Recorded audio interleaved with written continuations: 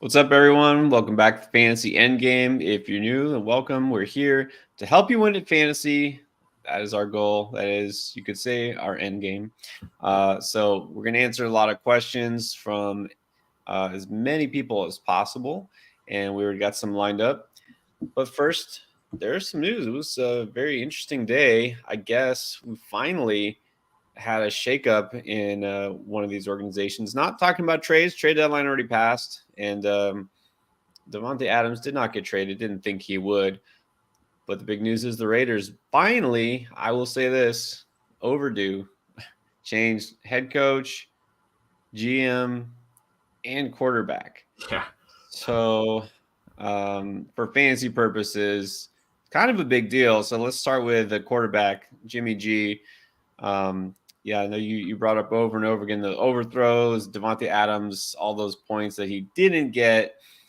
Do you think this is the right move, though? I mean, do you think actually more significantly, do you think Jimmy G is done as a starting quarterback in the NFL?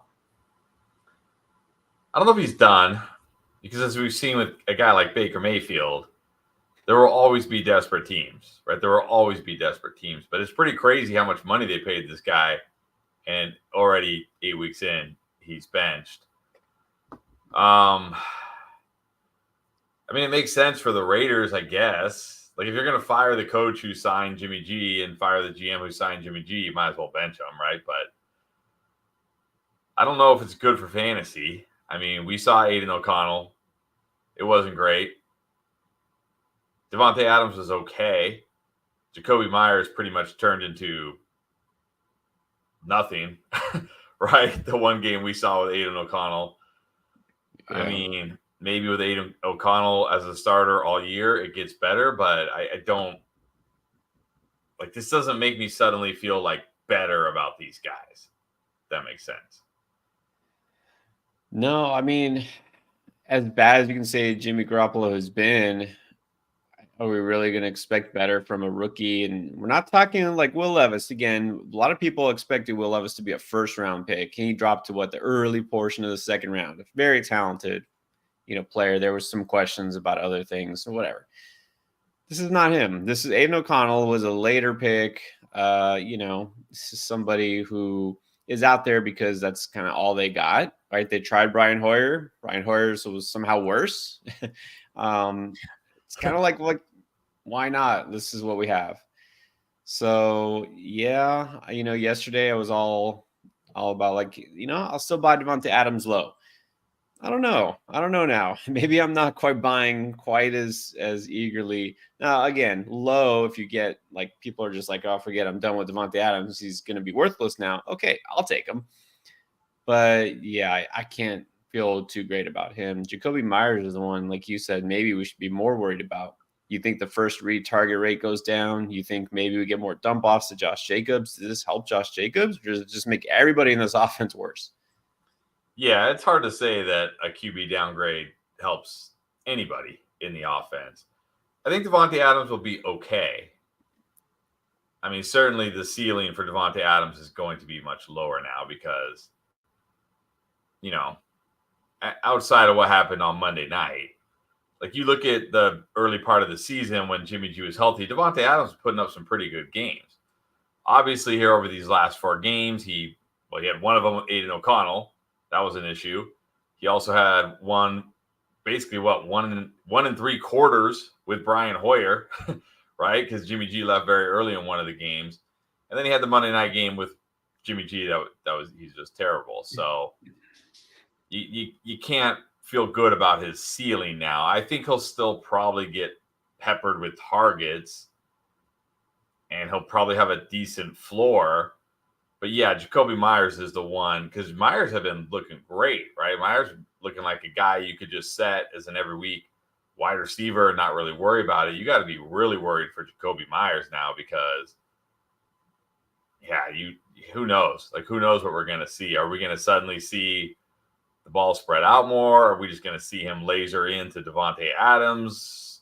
Is it just going to be uglier than it already was? So, yeah, can't feel good about really anybody. It could get worse. That's what people need to brace for. Rookie, not only quarterback, rookie head coach. It could get worse. I will say, at least I feel like maybe this offense won't be as one-dimensional, meaning the only running back that gets out there is Josh Jacobs. The only receivers that targeted are Myers and Adams. I'm not giving up on Michael Mayer, believe it or not, because, rookie quarterback might like to throw the tight end. They might try to actually use the tight end more. But also, I'm not holding him everywhere. In fact, I can admit I just dropped him in one league, but that was a different story. So, yeah, I think this was long overdue, though. I mentioned this. Like, McDaniels never had done anything as a head coach. And honestly, I don't think he really has a track record of being good anywhere without Tom Brady being on the roster. So, Right. way overdue. Raiders, if there's any team that knows how to just flush money down the toilet, throwing it at head coaches and quarterbacks who don't do anything, it's the Raiders. So we'll see how long it takes them to rebuild. But let's see what else. Also, speaking of head coaches and questionable decision making, Arthur Smith, he made a decision. Wonder if you think it's the right one. Desmond Ridder on the bench now. Looks like Taylor Heineke for now. This is not a rest of the season. This is just right here, right now. And in fact, he even said, well, we're not thinking long term. We're just looking at this game, which makes sense. Why would you want to think long term if you're a head coach? Right. So what do you think about Heineke at quarterback? Better for the Falcons? Make you feel better about Pitts, London, or no? Yeah, this is one case where I think it does make me feel better because I'm not suddenly excited. I'm not suddenly like, oh, move these guys way up. It's still Taylor Heineke. We've seen this before.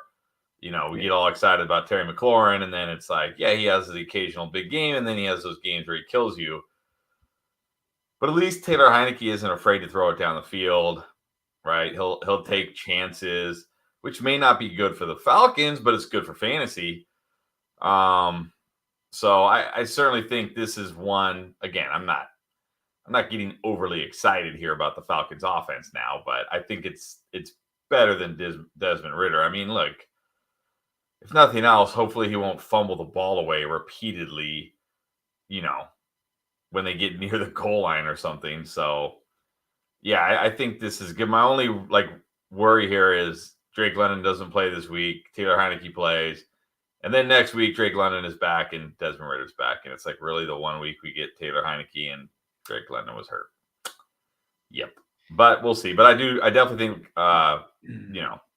this should be better for fantasy. I think it will be. We've seen Heineke in Washington support receivers. He wasn't that bad. That a lot of these quarterbacks, even with Ridder, he wasn't as terrible as some other quarterbacks we've seen who just cannot hit, receivers at all. He just the turnovers, right? That's what it is. That's what kills him. And then for Heineke last year, that's really why he lost the job at the end, just the key turnovers at critical times. You know what I mean? He led them to a win streak. In fact, Washington almost was a playoff team, but then just the end of the season just kind of came crumbling down. I think Heineke is good for London if he plays. I think it's good for Pitts. This is a good matchup for him, getting the Vikings at the right time. So got some hope, but again, we have to be realistic here. So let's see what happens. And, I think if Falcons get a win, which they should at home against the Vikings without Kirk Cousins now, he holds the job for at least another week. So definitely worth monitoring. And then in Minnesota, we know now Josh Jacobs is a Viking. Jaron Hall is getting the start this week. So on the other side there, I know we'll get a ton of questions about Addison. We got some already yesterday. It's always going to depend. I don't feel like you just cannot start him at all just because of Jaron Hall, but you can't feel great about him, can you? No, I think he's got to drop way down. I mean, look, maybe Jaron Hall goes out there and pulls a Will Levis, but like you said, I mean, this is a 5th round pick from out of BYU. This is, you know what I mean? So, yeah, especially because, a big thing for Jordan Addison. I mean, certainly, the last 2 weeks he got, a lot more targets, a lot more receptions, a lot more yards, but a big thing for his value this year has been scoring touchdowns. Yeah, you can't feel good about him finding the end zone this week. So, Right. I mean, yeah, not an outright bench, but if I have any options that I feel decent about, I'm probably starting them over Jordan Addison, sadly, this week. I think you have to at least this week. And look, if they felt really confident and like, "Well, let's see, we think Hall could do it. We think they wouldn't have traded for Josh Dobbs. Again, trading Right. not for like Tannehill, not for somebody who is like a known commodity. Josh Dobbs, who wasn't even on the Cardinals roster before this season. Guys bounced around. Yeah, I mean, this is somebody that they're just hoping will keep them afloat. Maybe Darren Hall shows out, but I don't think I want to take a chance Yeah. in my fantasy lineup. All right, we're going to get to your questions. We already see some lined up, and of course, we'll get to as many as we can. But first, I do have to remind you that we are partnered with Underdog because it is the fastest growing and the best fantasy site to use out there. You can do pick'ems, you can do drafts each week. I don't think we even talked about that enough, but like if you haven't tried Underdog, guarantee you will enjoy it, and you double your money just for signing up. That's it. Just create an account and you double your money because they get 100% deposit match up to $500 right now. That's what it is. So just use code endgame. There's also a link down below you can click and you can join that way. And then don't forget that if you do sign up right now or tomorrow, you can take advantage of the new customer special of Kenny Pickett over, or I should say higher than 0.5 total yards.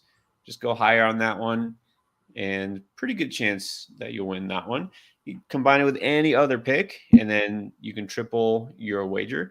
And if you go up to 5 picks, you can go up to 20 times your winnings. Of course, you have to get them right.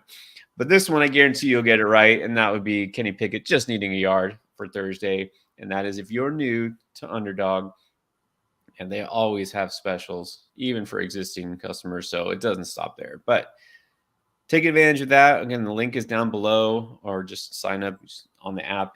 Make sure you use the promo code ENDGAME. All right, the first comment. Just float. Who do I sit? Romeo Dobbs, Aaron Jones, or Kareem Hunt?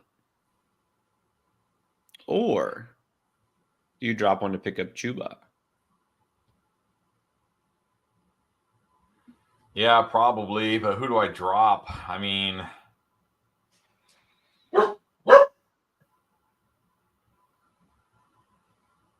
I definitely want to pick up Chuba.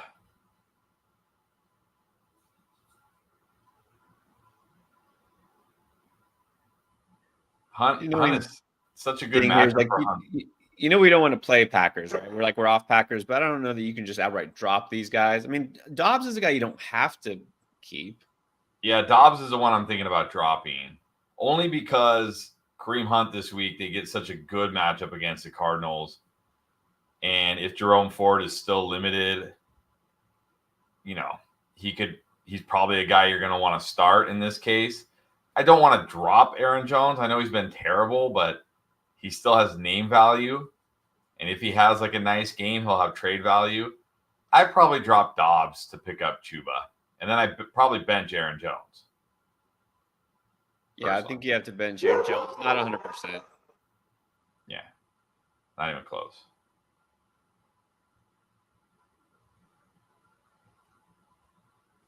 All right, I guess the dogs are going nuts. They have impeccable timing. It's like they're like, oh, you're on live. All right, let's go ahead and bark at the non-existent mailman. Michael Cazares, Myers and Laporta from Monty in non-PPR.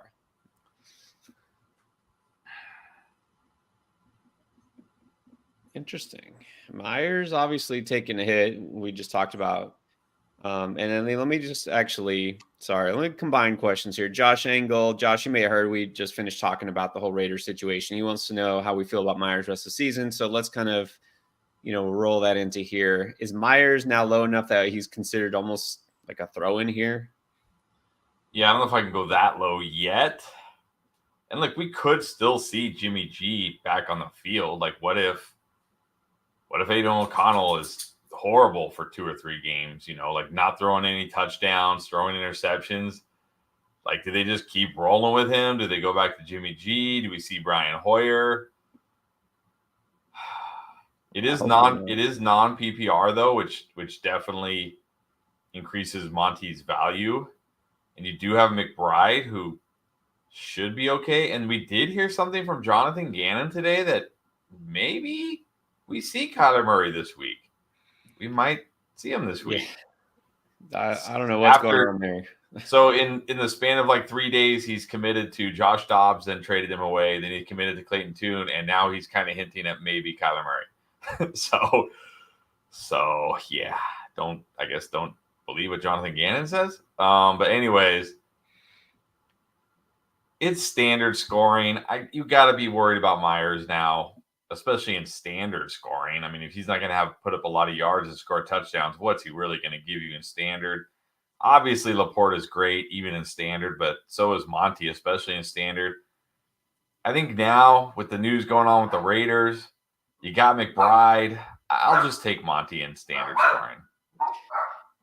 Yeah, I know. My dogs have not barked the entire day. They know. They trust me. They just have that intuition.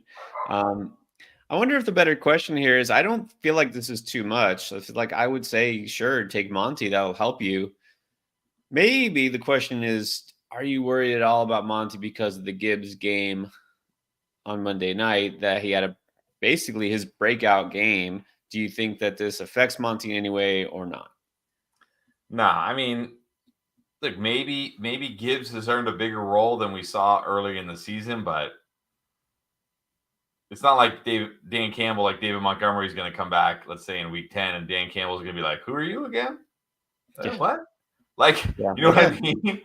We don't need you anymore. Thank you for your service. Yeah, we got this Jahmyr Gibbs guy now. We don't need you. Like, I know that's kind of how we feel as fans and as fantasy players. It's like, well, there goes Monty. There goes him. He's done now. But that's not how coaches think. And we saw this back in the day with like him and Khalil Herbert, right? Like he would miss some time. Khalil Herbert would have like 3 great games in a row, and everybody's like, well, he's earned a role now, and then he didn't earn a role. Now I know it's different. They spent a number 12 pick on Gibbs. I get that part. That's different. But I still think Monty will be the lead guy here. I mean, Gibbs is not built for 20 plus touches week in and week out for 17 games. So yeah, I still like Monty. He still has awesome touchdown upside, which is huge, especially if this is PPR, maybe I'd have to think about it a little bit. But I think in non-PPR, that touchdown upside for Monty's enough. Yes, I agree. And I don't think so either with the Gibbs question. I was just asking to see if that it had changed in any way. For me, it doesn't. I think Monty comes back and he's the lead back still. And everyone's going to be like, what? The Gibbs is so good. And Dan Campbell does not care. Like he's going to still play Monty. Yep. Touchdown upside will always be there. Even if you told me, that what's going to be 50-50 exactly down the middle as far as touches the rest of the season. I still like Monty because he's going to score touchdowns. So there you go. So Michael, if you're getting Monty, you can do it. All right, I think I'm trying to interpret this. Is this good thing? I think he might be happy about the Raiders thing. Sir Boomer. Around. I hope the costume was for Halloween only and that this isn't like a daily thing here. All right. Gritty. I have video evidence of you doing the gritty. All right, so a happy Raiders fan. There you go. See, he was all... If you're a Raiders fan, I think you got to be happy. You got to be happy. I think so too. All right. Well, there you go. So you can forget all about your losing streak in fantasy. I'll be on you in a 10-team league. Kincaid or Goddard? I mean, I'm still going Goddard. I mean, Kincaid certainly is up there in terms of he's in the tight end 1 ranks now. But yeah, I'm not putting him over Goddard. I mean, Goddard did not smash last week, right? It was Washington. coulda, didn't, but I still feel like he's a guy you have to feel better about. Yes, I still got to feel better about Goddard. We've seen him do it for a much longer period of time. I like Kincaid, like you said. I think he's certainly probably a top 10 tight end at least rest of the season, just given the state of tight end. But still got to trust Goddard over Kincaid. And then Rice or London. Well, I'll say, I mean, London didn't practice today. If London doesn't really practice all week, is on the injury report, I'd probably just go with Rice. Because I do like Rice a lot this week. I think he's going to have a big game. So I won't risk it with London. If London gets a full practice in tomorrow, full practice in Friday, not on the injury report, then I'd probably still go London. Because, I mean, he does have Taylor Heineke now. It's a good matchup for him. But if he's limited all week, barely practicing, I probably won't risk it. I'll just go with Rice. Yeah, this comes down to health. If London's a full go, like I said, feel better with Heineke there. I would go London, but yeah, if it's risky, then not worth it. Hurts or Prescott? I mean, I like Dak this week, but I'm never benching Hurts. Exactly. It really is not ever a question. As much as you might like Dak or not, yeah. Because Hurts always can rush for a touchdown, which basically equates to Dak needing 2 touchdowns. Yeah. Unless you're in a 4 or 6 point touchdown league, but still, no, it's Hurts. And then playing Rachaad White at flex, Swift, RB2, Bijan, and Lamb. That looks good to me. Yep, that's good. And then let's see, Big Luscious sold Addison, Pittman, and Hunt for Adams a couple of weeks ago. But look, right now, I mean, you look at this, you're like, I can't believe I went for Adams, but what is Addison's worth now? It went way down. Hunt, in a couple of weeks, he might not be playable. Jerome Ford back. Pittman, okay. But is Pittman going to – would you say right now, Pittman or Adams straight up rest of the season? Who would you take? I'd probably still have to go Adams, but it would not surprise me one bit if we look back on this trade and say Pittman was actually the best player in this trade. Right. It's possible. That's crazy to think about right now, but that's just football. It's not just fan. It's just football. Football changes in an instant. That's why we're in business here, because you never know. Like every week it's different. You cannot just set your lineup and forget it. And I guarantee you half the teams that win a championship this year in their league, their roster is going to be made up of guys that have waiver wire pickups, guys that they traded, backups, people they didn't draft. In other words, the draft, we say it, but it really is true. The draft is just the beginning. It's not the team that you're very rarely will you draft a team that just beginning to end just takes you to the championship. You'd have to get lucky, just to be honest. All right. We says 10-team PPR. Okay, we got Bijan, Ford, Allen Hill on the bench, Moore, Higgins, Monty, Deontay Johnson, Rice, and Cook. Got offered Olave for DJ Moore or Etienne for Allen. I'm trying to think. So if you trade Keenan Allen, you got Tyreek Hill, DJ Moore, Higgins, Deontay. I think I take the Etienne for Keenan Allen. I think I take that one only because, I mean, your RB2 is Ford, who I do like, or Montgomery when he comes back, who I do like, or James Cook. But you're getting Etienne's going to now be your RB2, and then you're still going to have like Tyreek Hill and then either Higgins, Deontay Johnson, DJ Moore. I think will be fine once if Fields comes back. Like I think in this case, I gotta take Etienne for Allen. I gotta take that one. That's exactly what I'm thinking, because just getting a stud running back is so valuable. You know, Monty coming back, but I'd feel better with Etienne there. And then you have Higgins. He should be starting every week. You have DJ Moore. Remember, in a couple of weeks, hopefully we get Justin Fields back, and DJ Moore's a guy you're going to want to start. And Deontay Johnson this week might be the guy you want to start anyways. So right. He was asking, well, if I trade for Olave, might put him there. I'll say no, trade Etienne for Allen. Chris, you're saying the same thing. And then this week, if you do that, who are you starting? Are you going to start Higgins or are you going to start Deontay? I think this week I'm going Deontay. I do like Higgins, but Deontay just way safer. A great matchup for him. So I would probably go, if you do make that deal, I would go Tyreek and Deontay. And then, of course, I'd play Bijan and Etienne. Oh, I know the Jags are on bye, so I guess you got to play Ford, but still. Or, yeah, probably Ford. It's a great matchup for Ford. Yeah, do the Etienne too. Oh, the dogs.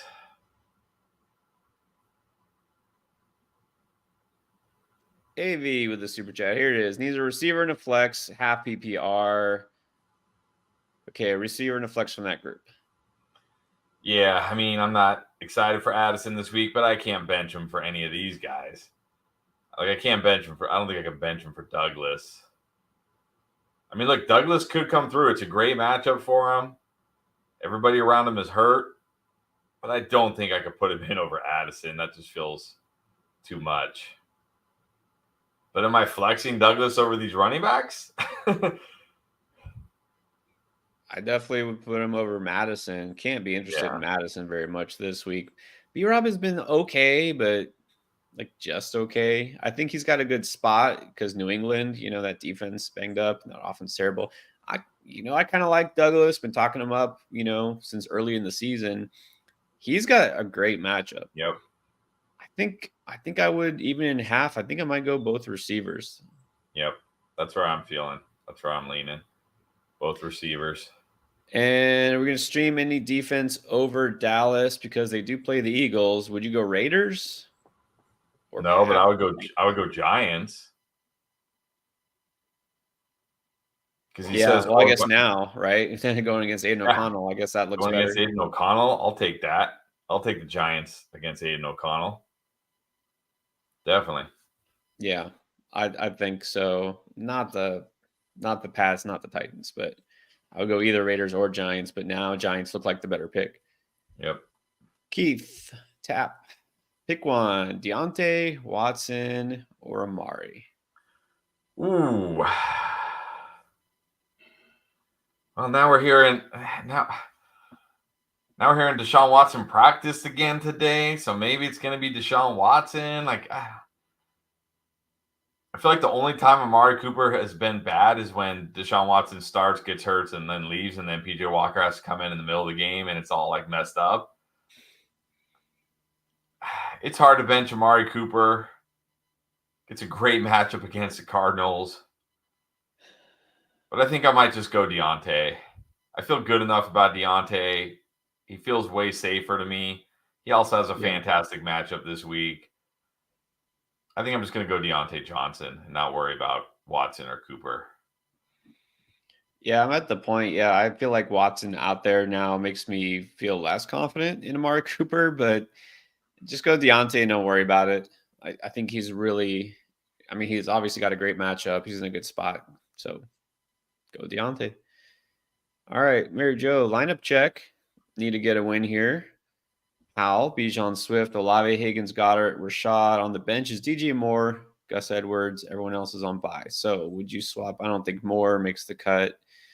Also, she's saying, let me add this out here. These guys are on waivers, and also Chuba Hubbard, Gabe, Downs, Tank, Chuba. Wow. Remember, hers is an 8-team league, but still, apparently somebody dropped Christian Kirk because of the bye week. Yeah, definitely pick up Christian Kirk. Even in an 8-team league, this shouldn't happen, but oh well. All right. So with that said, any adjustments right now? I mean, well, you can't play Christian Kirk this week, so no. I don't think I can go Gus. I don't think I can go Gus over Rashad White unless it's non-PPR.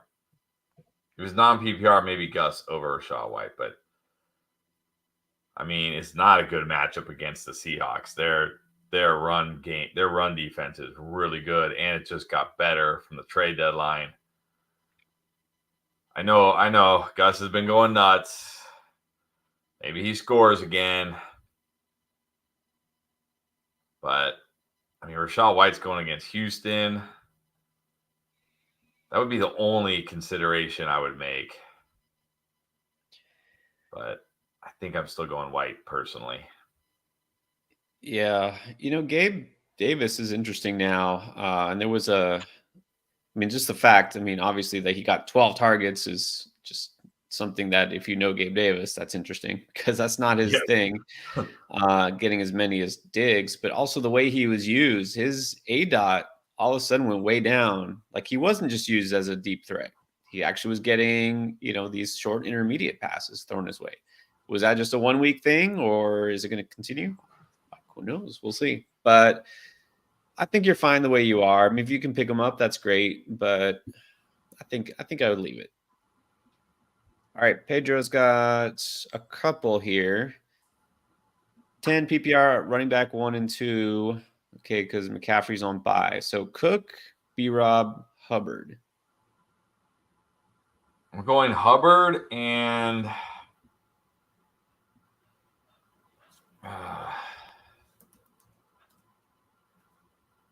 Yeah, Cook is against the Bengals, I think. yeah. Bengals have a pretty poor run defense. I think they're bottom 5. They do. But then now they got Lenny, so it's like forget it. Wow. Has Lenny even practice? I guess we haven't seen practice. I don't think Lenny's even going to play this week. No, I don't think he's going to play this week. The issue with Cook obviously is he's kind of like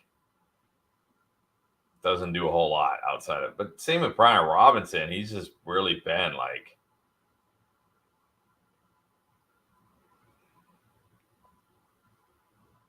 He gets the Patriots.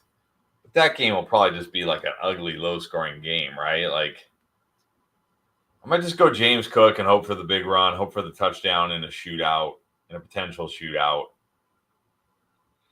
Chuba and James Cook, how I'm doing it. Yeah, and I should clarify, I'm looking at Bengals, they're almost bottom 5 in terms of yards per carry allowed. Not overall yardage, but I think it's a good enough spot. I'll go with Cook and Hubbard.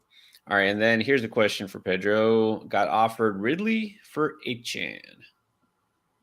I want Achane. I mean, look, you've held Achane this whole time. It sounds like he'll be back next week. This is not really the time to be trading away Achane. Unless you're desperate, right? But this deal doesn't even help a desperate team because Ridley's not playing this week. So yeah, I want Achane here for sure. Definitely Achane. Yeah, if you had a player who was less frustrating, Ridley's he was fine last week, but just still very inconsistent. Yeah, this is the time to be buying on Achane. So yeah, I don't think it's quite enough. I haven't heard anything concrete. I'm trying to look to see about Achane. Like, is he going to get? Well, I saw activated? that he traveled with the team to Germany. So, Yeah, I mean, unless he just wanted to be there to support him. No, he wants to check out Europe. I'm sure. Maybe you just wanted to see Germany. I would want to go. Yeah. All right. That's true. He's like, I'm not playing. Yeah. I'm gonna go out, drink some beer. Not worried about it. I'm not playing. Yeah, why not? Hey, oh man, we're too late. Oktoberfest, we missed it by like a day. Yeah. Well, maybe they arrived a couple days ago. I don't know. All right, so we'll say no.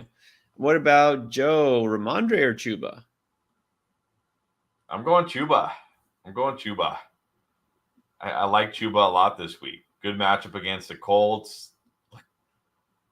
Miles Sanders, 2 touches last week. 2. You can't say it was like, well, he's coming back from injury. He was a full participant in practice every day last week, right? Miles Sanders was not limited at all in practice. Am I right? I'm right about that, aren't I? Oh, he wasn't on the injury report at all last week. Wasn't even on. You can't say well, he's still working his way back from injury. He wasn't even on the injury report. He practiced 2 touches. And they were coming off a bye, weren't they? Yes. So, no, you got to think Chuba's going to get the bulk of the touches. It gets a great matchup against the Colts. I'm going Chuba. Yeah, if you're and Joe's saying he's thinking just go Mondre and take what you get. Well, what you get might not be too good. My one thing, if there's optimism for Mondre, is now that every receiver of theirs is hurt, basically, which is why we're interested in Demario Douglas. Maybe Ramondre catches 6-7 passes just out of necessity and he gets more touches. But if you're shooting for upside, it's got to be Chuba. Yeah. What probably is going to happen is the Patriots offense is going to be horrible, barely be able to move the ball. And this is true. That usually does not lead to fantasy points. It could just be that nobody catches passes. And yeah. All right, Juice 420, 8-0. All right. Needs quarterback. Are you going Minshew, Levis, or Stafford? I'm going Minshew. I'm not going to risk it with Levis. I mean, you're 8-0. If you want to risk it, hey, whatever. You want to put Levis in your lineup and say, let's go for it, go for it. But I like Minshew this week. It's not a bad spot for him. He's been putting up decent fantasy games. I think you'll be okay with Minshew. Says he has a league mate that is hoarding 4 quarterbacks and doesn't respond to trade offers. I wonder where that team is in the standings. That's my question. Yeah, it doesn't even make sense because most people hoard like a position to be like, okay, I'm going to trade them. But like, what's the point of hoarding them if you're not even going to trade them? All right. Yeah. Minshew it is. What is up, Joe? Joe Castles wants to know, what do we do with Jeff Wilson? Are we going to hoard him?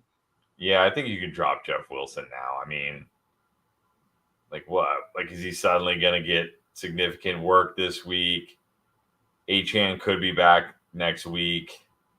I think, you can drop Jeff Wilson now.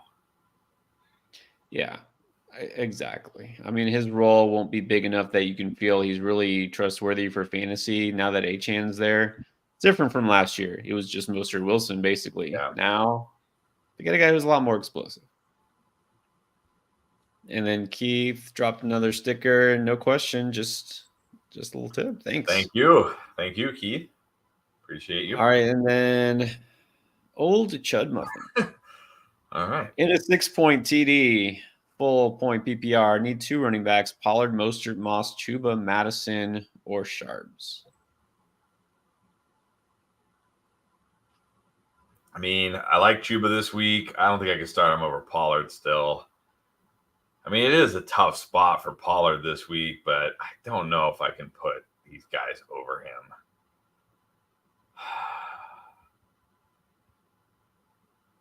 Yeah, these are 2 players like we identify. I really like Moss this week. You really like Chuba this week, but I don't think we can put either of those guys over Mostert. No, I think you got to go Mostert and Pollard. Yeah. I mean, it could certainly be that Chuba and Moss outscores them, right? But it could be that they don't. Yeah. But I think you still got to go Pollard and Mostert. Mostert not in a bad spot against the Chiefs. I mean, they do have a good run defense, but it should at least be a shootout, a high-scoring game. He's got touchdown upside. Pollard is in a tough matchup, but I think you still got to go with him. Yeah, still going Pollard and Mostert as well. Pierre DeCoste, what is up? Should I accept a trade of Jacoby and Shaheed for Jerome Ford? Got Eckler, Hendo, Hubbard, Connor, and Spears. I don't know what side you're getting here, but I want Ford. Yeah. Like Shaheed, okay, yeah, Shaheed does this. I talked about Shaheed in the offseason. Talked about he's a great late round pickup because he can have these boom games. But what did he do the previous however many weeks? Like no one, I don't remember anybody talking about Rashid Shaheed for 5 straight weeks. You know what I mean? We're probably not going to talk about Rashid Shaheed for 5 more weeks, probably, or 3 more weeks until he randomly goes off again. And Jacoby, you got to be worried about him now. I still really like Jerome Ford. I know people are nervous, like, oh, it's a 3-man committee now. Yeah, it was a 3-man committee because Jerome Ford was coming off an ankle injury. In the 4th quarter, when the game was close, that's when they started feeding Jerome Ford. When they're like, okay, the game is close. We're trying to win this game. This is the guy we trust the most.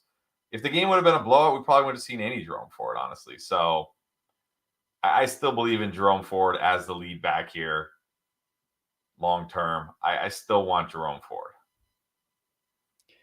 Yeah, and then with your running backs, like Hubbard should be solid this week, but there's no guarantees rest of the season. Henderson, maybe in a couple of weeks where he's still a guy you can play. Connor should be back soon, but again, at this point, I'm just saying that your RB depth isn't so secure that you couldn't use a guy like Jerome Ford. So if you have Ford, keep Ford, and there's no reason to be buying Jacoby right now. If you don't, if you're getting Ford, yeah, you could do this. Yeah. For what it's worth with Shaheed, he's a guy that's like, dart throw if you like to see if he scores or not. He's a guy who thrives against zone. Scott Barrett pointed out he's a guy who does a lot of that breaking down man versus zone. He likes him this week because he's playing Chicago. So I know, but last week they were playing. Who'd they play last week? The Colts. Oh, well, they do play a lot of zone. They played the Colts last week? Yeah, that's right. And they do play a lot of zone. Yeah. So, but that shouldn't sway your decision for this trade. I'm just right. saying. I mean, are you making this trade for week 9, or are you making the trade for long term? It's just a random nugget I wanted to throw out just for no reason. Well, that'll be great when Shaheed scores a long touchdown again, and then people really do start buying into like Shaheed's the wide receiver one. Yeah, New Orleans. Exactly. The native ant wants to know Steelers or Colts on defense. Steelers against Will Levis, Colts against Panthers.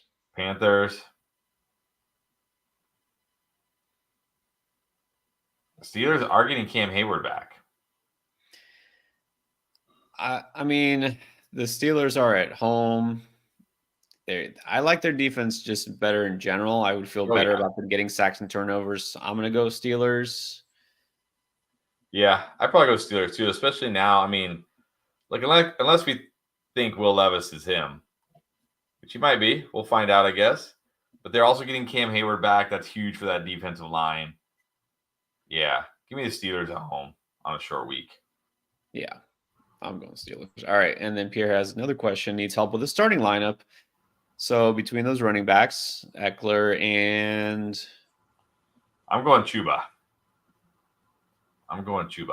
Unless Jerome Ford, if Jerome Ford is full all week, I might go Ford because it's the Cardinals. It's such a good matchup. I haven't seen the practice report today. I don't know if he practiced or not, but I think right now I'm going Eckler and Chuba. Yeah, I might have been convinced about Henderson, but man, Stafford kind of questionable, and I'm a little worried about that Rams offense right now. So I would say, yeah, Ford's a full go. I like Ford. If not, just go Hubbard.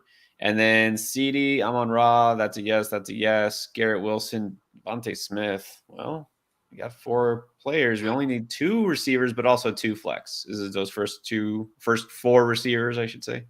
Yeah. Give me the wide receivers here. Unless it's standard scoring, then maybe I do flex. I mean, I probably still would start Wilson, but I might flex Ford or whatever running back you don't play. But assuming it's half or full PPR, yeah, give me the wide receivers. Yeah, so we'll go Eckler, Chuba, unless Ford's a full go, and then CD, Amon-Ra, receiver, Wilson and Smith at the flex, and then Goddard over McBride. Yeah, still got to go. I still got to go Goddard over McBride. Yeah.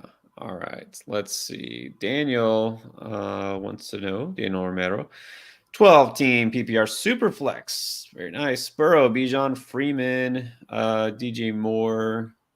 That Devontae Freeman? No. Yeah, I was like, is that Royce Freeman? Royce Freeman? All right. Man. I wish it was Devontae Freeman.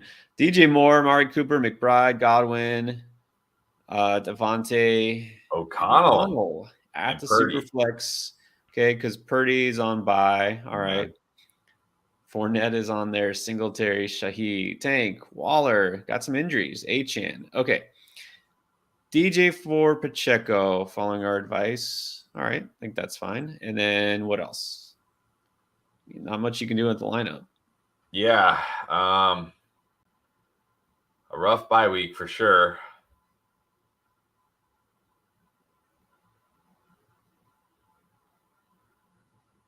I will say, I mean, but do we even care? I was gonna say, I mean, we saw that Dameon Pierce didn't practice today. Somehow he is out. Do we put Singletary in over Freeman? But I mean, it's kind of a lateral move there. I mean, yeah, like I said, if I felt better about the Rams offense right now, Green yeah, Bay's I not the guess. toughest run defense, but he's splitting touches, you know. Do we gamble on Shaheed over DJ Moore this week? I was thinking about that because I'm thinking, okay, it's same game. Shaheed has some big play upside. DJ Moore, with Bagent doesn't have big play upside. What he has is, he'll get you 5 catches, 50 yards, right? I mean, like if you want to gamble, you want to go for the big game, you can go Shaheed over Moore. Yeah, DJ Moore just no upside. Yeah, right now.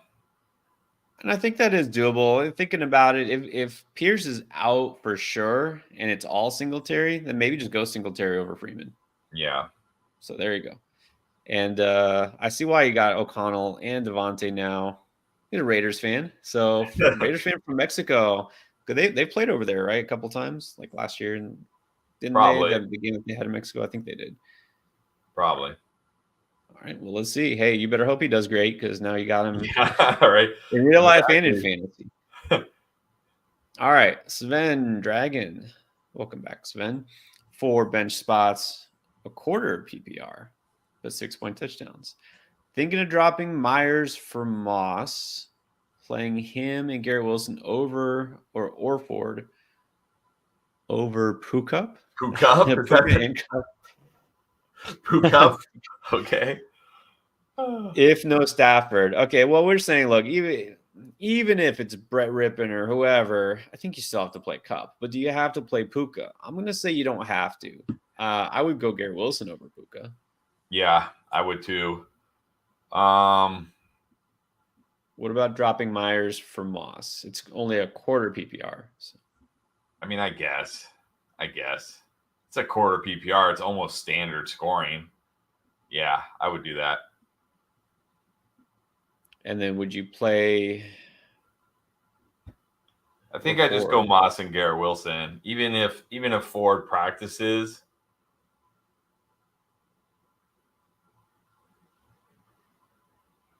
I mean, I'm definitely playing Garrett Wilson. But I'm playing Cup. You gotta play Cup, right? I'm playing Cup. I'm going Garrett Wilson and Cup. Although it is basically standard. Do I go Moss over Garrett Wilson now? Maybe. I mean, I like Moss, but I think even I would go Garrett Wilson over him because it's a good spot for him. He's been good. Yeah, I would. Let's just go Garrett Wilson and Cup. You do get at least a quarter PPR. So, all right. Let's see. Frank Fusco. Will Levis or Sam Howell? I'm going Howell. He's been great. I mean, I don't know. Call me. I'm still a little skeptical on Will Levis. We'll see this week against the Steelers, who now know what they're getting. Like Arthur Smith probably went in that game and said, "Let's just shut down Derrick Henry." Which they didn't even do that. They didn't even do that. No, they didn't. They just weren't ready. Period. But yeah, Howell's been putting up numbers. What did you say he was? The QB 8 on the season? Yeah, I think he's a QB 8 right now. Yeah.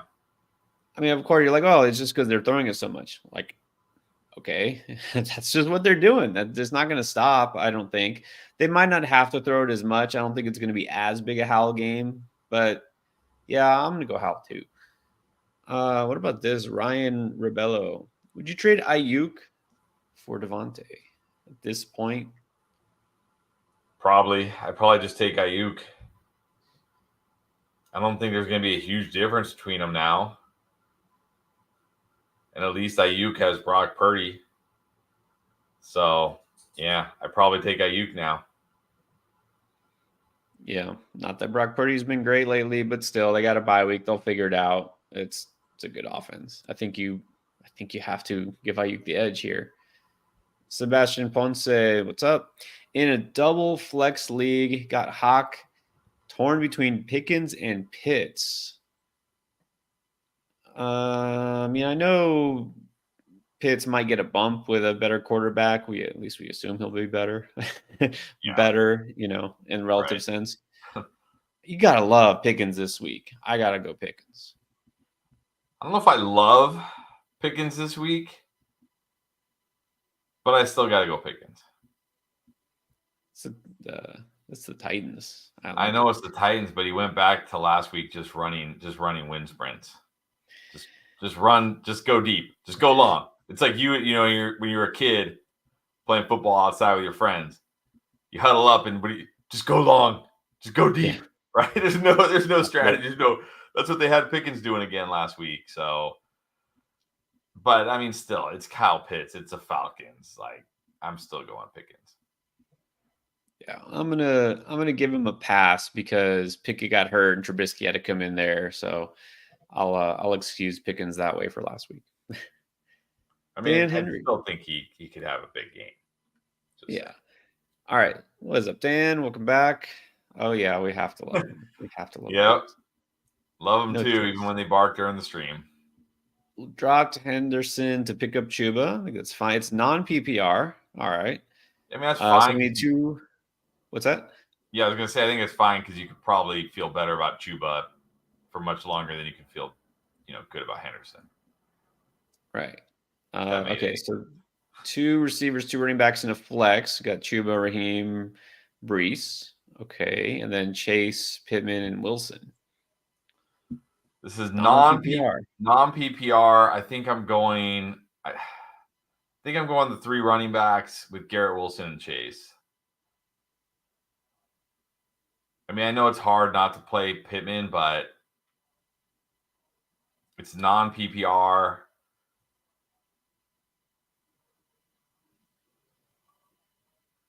I normally want to flex a running back. I like those 3 running backs. I think for me, I'm going the 3 running backs, Chase and Garrett Wilson. I know. Just when I said not saying no to Michael Pittman ever again, but extenuating circumstances. This is non-PPR. I feel like Chuba's going to be in a good spot. So there you go. Go with Pittman on the bench, unfortunately. All right. Boomer wants to know Pitts or McBride. Too soon? Yeah, I'm still going Pitts, especially if London is out. I think I still got to go Pitts. Hold McBride, like if you picked him up, hold him still. Don't drop him or anything, but I think I'm still rolling Pitts this week. Yeah, I like Pitts getting Heineke in there. If London doesn't go, you gotta actually like Pitts a lot. So, and it's a pretty good spot for them. So go Pitts. And I think we're okay with this, right? Would you drop Sanders for Chuba? Yeah. Yeah, I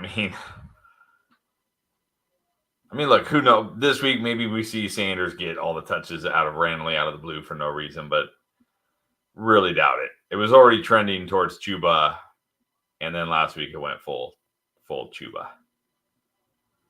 Yeah, the full Chuba. That's a great team name right there. The full Chuba. Yeah. All right, and then Paul Adam. Thank you, Paul. Appreciate that. All right, had a big trade. Thielen for Devontae Adams just before the news. Okay, so what do you think? Because I know you're not exactly a Thielen stan, and you feel like he might fade, but obviously Devontae Adams, different situation here. Where are you at with these guys?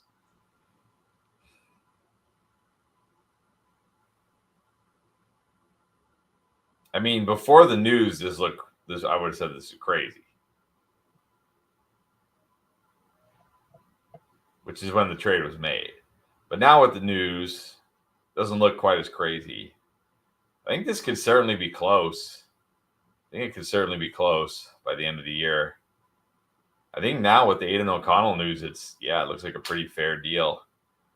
I mean, am I going to have to slightly prefer Thielen? Is that where we're at?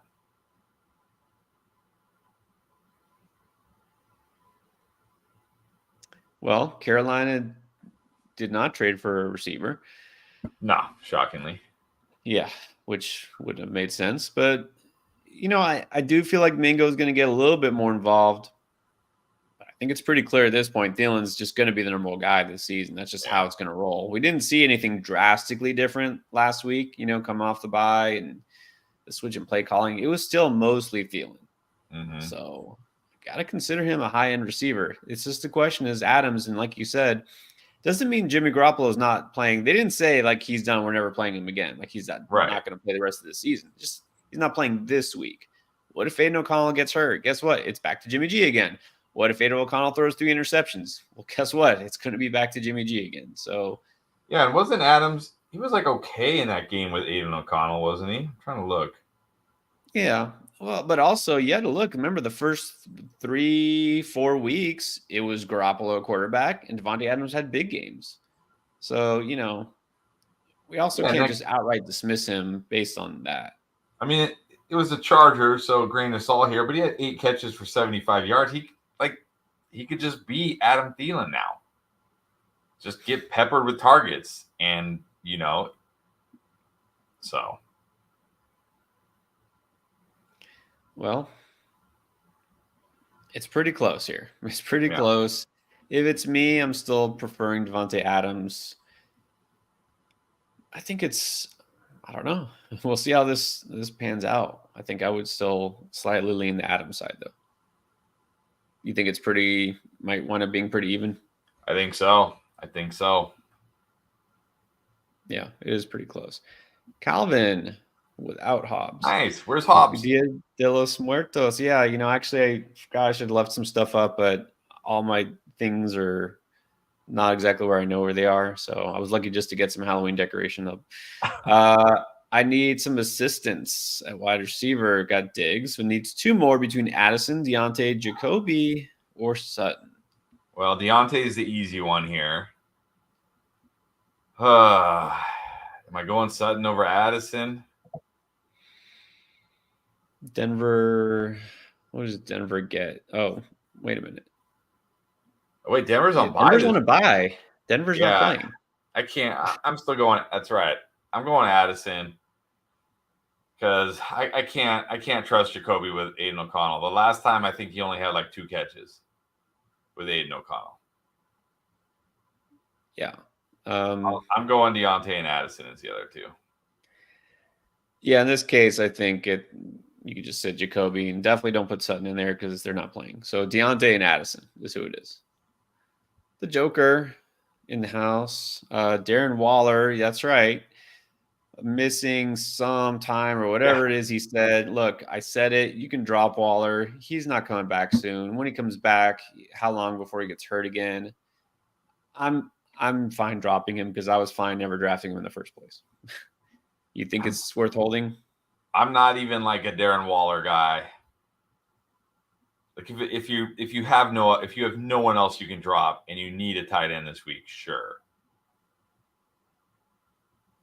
But like let's say he misses 2 weeks and then he's back, everybody's gonna add Darren Waller. And maybe it won't matter. Maybe he'll be terrible. But let's say you grab let's say your tight ends are struggling, like you didn't get McBride, you didn't get any of these guys, and you're rolling out whoever, and then Darren Waller comes back, and then you're like, oh, I can't get Darren Waller. So, but if you're desperate, I think it's okay. I'm okay with that. I mean, maybe until you're picking up, like Tyler Conklin, like because I'm looking at one of the league where I have Darren Waller, and my best options this week are like Tyler Conklin, Gerald Everett. Like that's who I'm looking at for tight end. Like I'm not dropping Darren Waller. I'm not doing it. I'm putting him on my bench because when he comes back, I'm playing him over those guys. I don't care. I'm starting him over Tyler Conklin and Gerald. I mean, this is a 12-team league. This is an endgame league. People don't hoard tight ends, so right. That's my only reservation with dropping him. But if you're dropping him for like a good tight end, then yeah, go for it. Yeah, well, he's saying could use the bench spot like you need help somewhere else. So it obviously varies by league, right? So I'm fine dropping him, but it just depends where your situation is. What about this? Joe wants to know, Joe Castles, that is. What about the Bears running backs? Who you dropping? I think you got to drop Foreman. if you're going to drop one, because Herbert is coming back.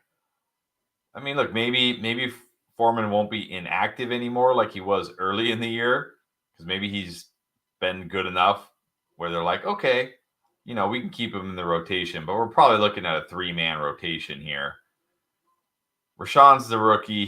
He's the one who could break out. So if I'm dropping one of these guys, I'm dropping Foreman. Yeah, I think Foreman's droppable. Didn't do much last week. Gonna get slowly kind of phased out again because Johnson will see more work. When Herbert comes back, just won't have any value. So yeah, you don't have to keep Rashawn Johnson, but if you're gonna keep one, he's the guy to keep. All right, what about Gorilla Kid? Pick 2: Pacheco, Bijan, Ford, and Mixon. I think I gotta go Bijan and Pacheco.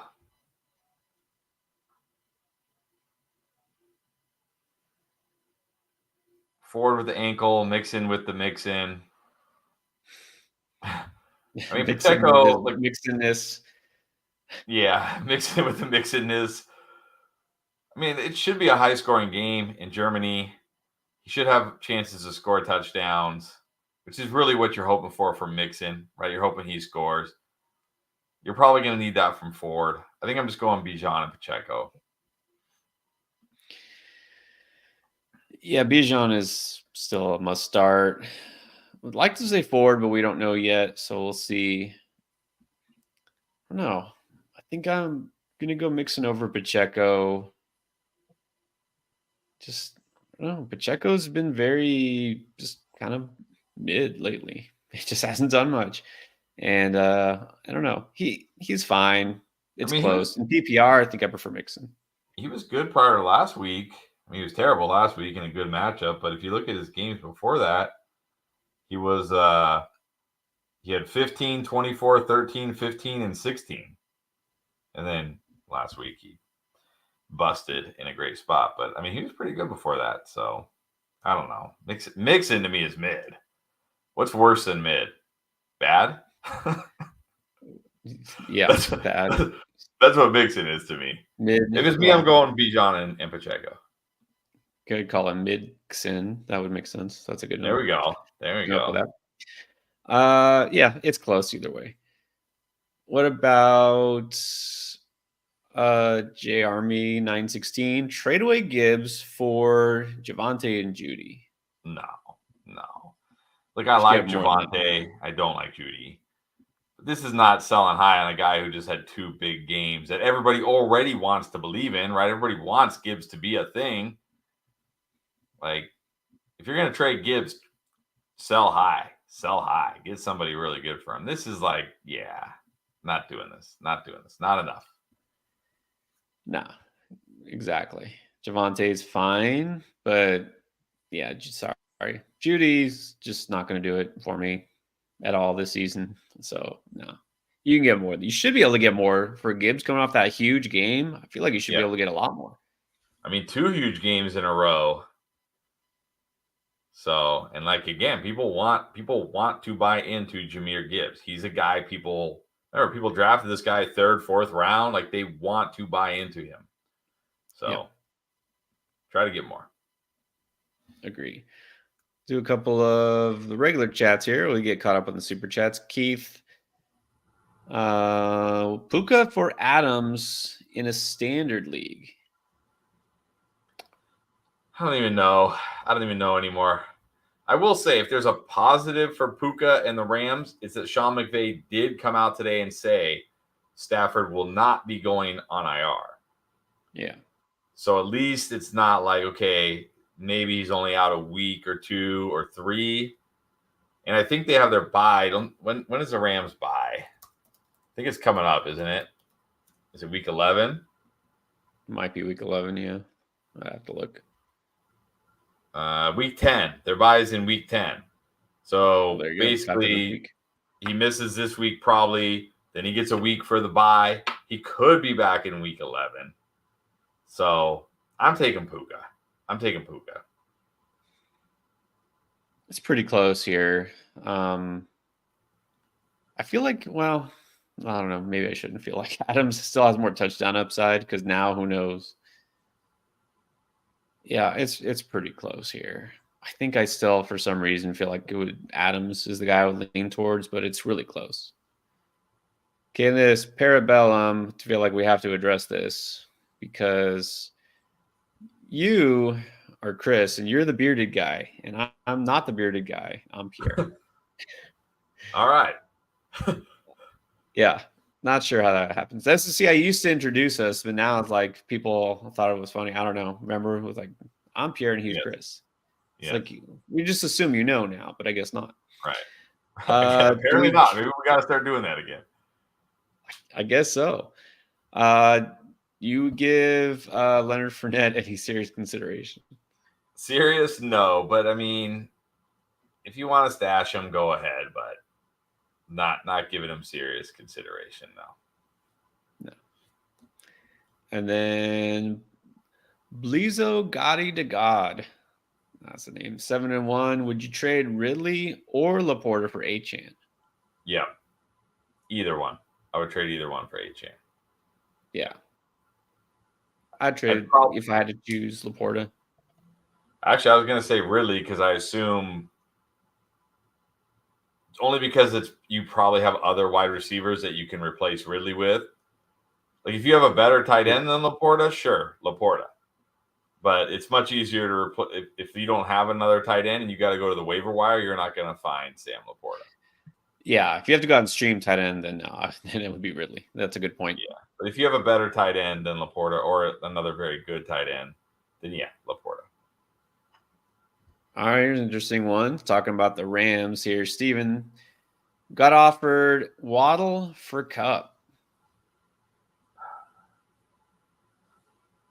I think I still have to keep Cup. Yeah. I mean, if Stafford was on IR, something serious, okay, maybe. But yeah, I don't think we can just give up on Cup after 2 bad games. No. And we could see Matthew Stafford back in week 11. So yeah. I think I still got to go Cup. This looks tempting, but again, yeah, don't give up on Cup. Keep Cup. And this is what I figured. Guess what? Juice for the guy who's hoarding 4 QBs, he's 2-6. So ask him how that's working out for him. Right. Well, he probably won't respond. So it doesn't. Yeah. Oh, there you go. This guy may be in last place, but I have the best quarterback room in this league. Right. Vinny, welcome back. 5-3, got out fabbed on Dak. It happens. You got Howell this week. I think that's fine. Or I know which side you're leaning towards. I just roll Howell. I'm just going to roll Howell. Yeah, I thought I could get you to say Carr again. All right. Needs a receiver and a flex. Puka, Garrett Wilson, Rice, Pollard, JT Stevenson. Oh, just got Connor off of waivers. That's pretty nice. Nice. Well, I think I'm going Garrett Wilson at wide receiver. And then I think I'm flexing JT. Flexing JT against the Panthers. I'm going Wilson and JT. Yeah, Wilson. Yeah, okay. It is full PPR. That's what I thought. Yeah, like Garrett Wilson. Pollard or JT or Pollard. Oh, I'm definitely going JT over Pollard. Yeah, because he's playing Carolina, right? Yeah. Yeah, not even a thought. Pollard against the Eagles. Not even looking good. Yeah, no thanks. Give me JT. And I actually should have put this one up instead. I didn't realize it was slightly different from Blizo. He said he picked up McBride, so that would be his tight end. Yeah, I still prefer to trade Ridley if possible. Yeah. I mean, I guess it matters if Ridley is like your number 3, firmly like your number 3 receiver, or if he's like your 4th or 5th. Like if you have guys who are kind of the same. Yeah. I'm fine with either way. It's probably fine. The Kraken. Good afternoon. Starting Waddle needs to pick a receiver and a flex. Who are we liking? Godwin, Rice, DK, Deontay. I think I got to go Deontay and Godwin. I do really like Rice this week, but he's risky. Deontay in a great spot. Godwin in a fine spot. I think I feel best about those guys. I'm going Deontay and Godwin. Yeah, Deontay feels pretty safe this week. I like him. DK does not. No.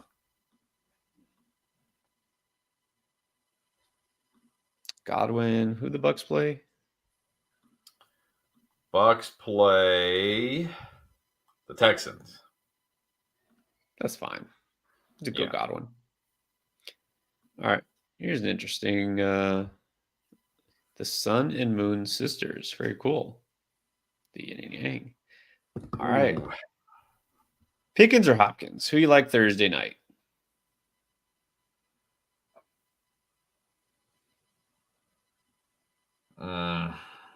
I mean, on paper, clearly Pickens with the better matchup defensively, but Hopkins clearly the number 1 and 2 and 3 target in that offense and was targeted enough. So, where do you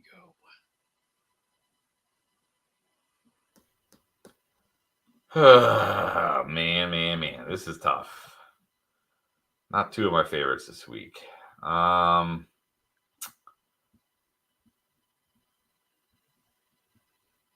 mean, these guys feel very similar. Like I could certainly see at the end of Thursday night, either of these guys doing absolutely nothing, either of these guys having a huge game. Very volatile. We know Pickens it's going to be volatile. That's just the nature of how he is in this offense.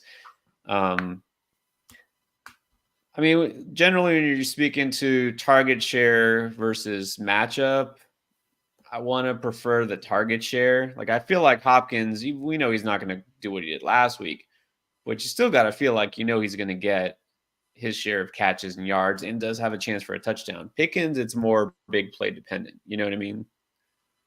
Yeah.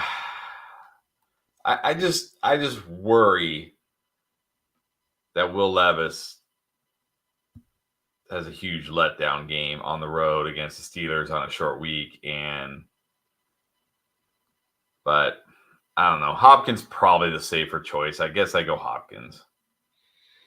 That is possible. Like if he throws for like 200 yards, like a touchdown and 3 interceptions, which would be a huge letdown and not a good game.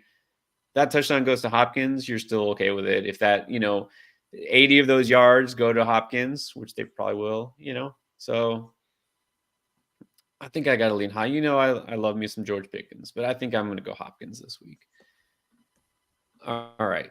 Speaking of Thursday night, Flacco has no choice but to start Najee because, he's going to do like he did the second half of last season, right? I mean, yeah, he picked up at the end of last season, but it wasn't like he was crushing it. But, I mean, if you got no choice, you got no choice. At least he's getting touches. I will say this isn't the week to love Najee. Sorry to say this, but Tennessee, of course, you love receivers against them because the pass defense is, not too good. And they're more of a pass funnel defense. You can't love running backs against Tennessee because they're a pass funnel defense. So, look, you got no choice. You got to do it. He's not the worst, right? There are definitely worse choices out there. Probably. All right.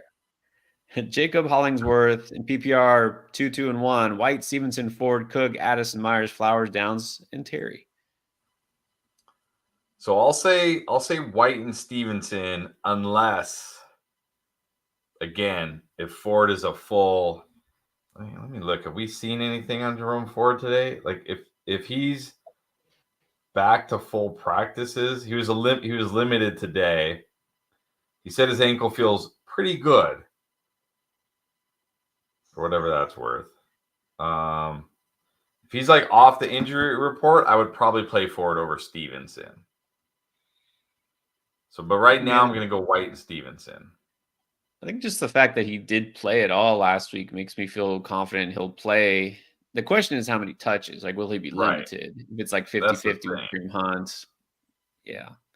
Like if he's completely off the Um, injury report, then I feel good. But if he's still limited and on the injury report, then I do worry that we do see a split again. So I'd probably just go Stevenson over him in that case. yeah.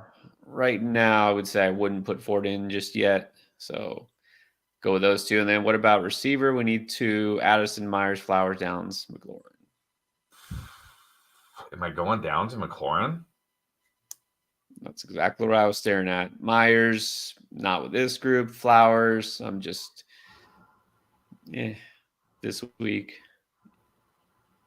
Downs against the Panthers. That's a good spot. McLaurin against this Patriots defense has been hurting. So the question now is, who do you flex? I think I flex Flowers. It's PPR. It's the Seahawks.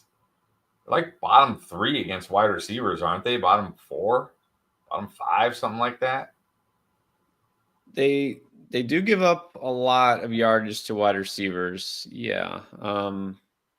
They have a really good corner who is good against number 1 receivers, but Zay Flowers isn't really like your traditional X receiver that's going to get blanketed by him. So it's not big issue Right. there. And they play a lot of zone anyways. Like they're not like it's not like he's going to shadow anybody. They play a lot of zone. So I'm going to go right now. I'm going to go White, Stevenson, Flowers, Downs, McLaurin. But if Jerome Ford is off the injury report, full go, I'm going to play him over Stevenson because I don't love Stevenson this week. I think he's okay, but I don't love him this week. Can't love him the way it's been going this year. But yeah, I guess Flowers to flex just because he's got that floor at least, though he barely had one last week. Myers too risky, Addison too risky. Guys with rookie quarterbacks, not first round rookie quarterbacks, right? 5th, 6th round rookie quarterbacks. All right, Jan. 11 team, the rare 11 team league. All right. 6-1. Got Allen, Eckler, Ford, Allen, Addison, Hawkinson, Thielen on the bench, Palmer, Komet, Downs, Shaheed, and Carr. H-An's on IR. This is a one flex league. All right, I think the lineup is fine, but who can I trade maybe based on my team? Who to trade for? All right, what do you think? Well, I mean, I would say if you can trade Addison right now, I would try to do it. I mean, you got Keenan, you got Thielen. I mean, Palmer's okay. You got Downs, Shaheed. You have Achane coming back. I mean, I would be Addison's a guy I'm trying to trade. I just am. I mean, I'm not. Look, I don't think anybody was higher on Addison this year than me. But you gotta accept the situation you're in, and the situation Addison is in is not good anymore. Even with Dobbs, I can't get excited about Addison. So I would be trying to sell high on Addison if you can. I mean, his value is certainly not as high as it was because everybody knows Kirk Cousins is out for the season. This isn't like some secret that only the most in tune players know about. Everybody knows Kirk Cousins is out for the season. Yeah. So, but I would be trying if you can. But that's really all I see. That's really all that stands out to me. Yeah, so just try to upgrade at receiver, someone a little more consistent. I mean, yeah, maybe you could package him and Shaheed coming off a big game and get like a better, a safer wide receiver 2 type. Downs has had some good games. Maybe that gets you those 2 rookies. People love their rookies. Go for a guy who loves their rookie players on their team. Addison and Downs could get you a really solid number 2 receiver type. All right, there you go. You're 6-1 though. That's good. And you got A-Chain coming back, so you're in a pretty good spot. I mean, right now, realistically, Thielen's your number 2 receiver, really, and Addison's like your flex. So you're really not that bad. So I do have a question completely unrelated to your lineup, Jan. Obviously, you're an 11 team. You're 6-1, and there's been 8 games, so you've had a bye. Like when you have the bye, do you just not care about fantasy football that week? Like you just don't care. You're like, whatever. I'm on bye this week. I don't have to worry about it. Like, is that what happens? Like that's kind of weird to me. Weird. Yeah, I mean, I would assume you still make waiver pickups and things like that, but you don't have to set a lineup, right? Just Right. I guess it's like when you have the bye in the playoffs, when you get the first round bye in the playoffs, I guess. But I wonder, yeah, like do points scored matter? Like, do you still have points go to your team? That's a good question. Right. That's yeah. Do you still have that? Like, is it because it could be a tiebreaker, right? Yeah, So do I mean that would make sense. your bye week games count towards your point total? I'd be interested to learn about that. That would make sense. All right, interesting. So there you go. Try that. Upgrade your flex spot. AB, what is up? Thank you. Just traded Madison, Cook, Shaheed for Javante and JSN. I like this. I mean, Madison. I mean, how many more games before Madison's on the waiver wire? Before we're just telling people to drop Madison? Yeah, maybe one. Yeah. Shaheed, okay, yeah, great. He had that huge game, but come on, again, you get what you get. I like Javante. JSN starting to come on. I like that. I like that trade for you. Yeah, I mean, I was big on James Cook as an RB2, right? Not as like this huge breakout league winner, but I was in on drafting Cook at his ADP. I was not drafting Javante at his very similar ADP. But now I think we can say it's almost evening out in terms of where their value is. So I like this move.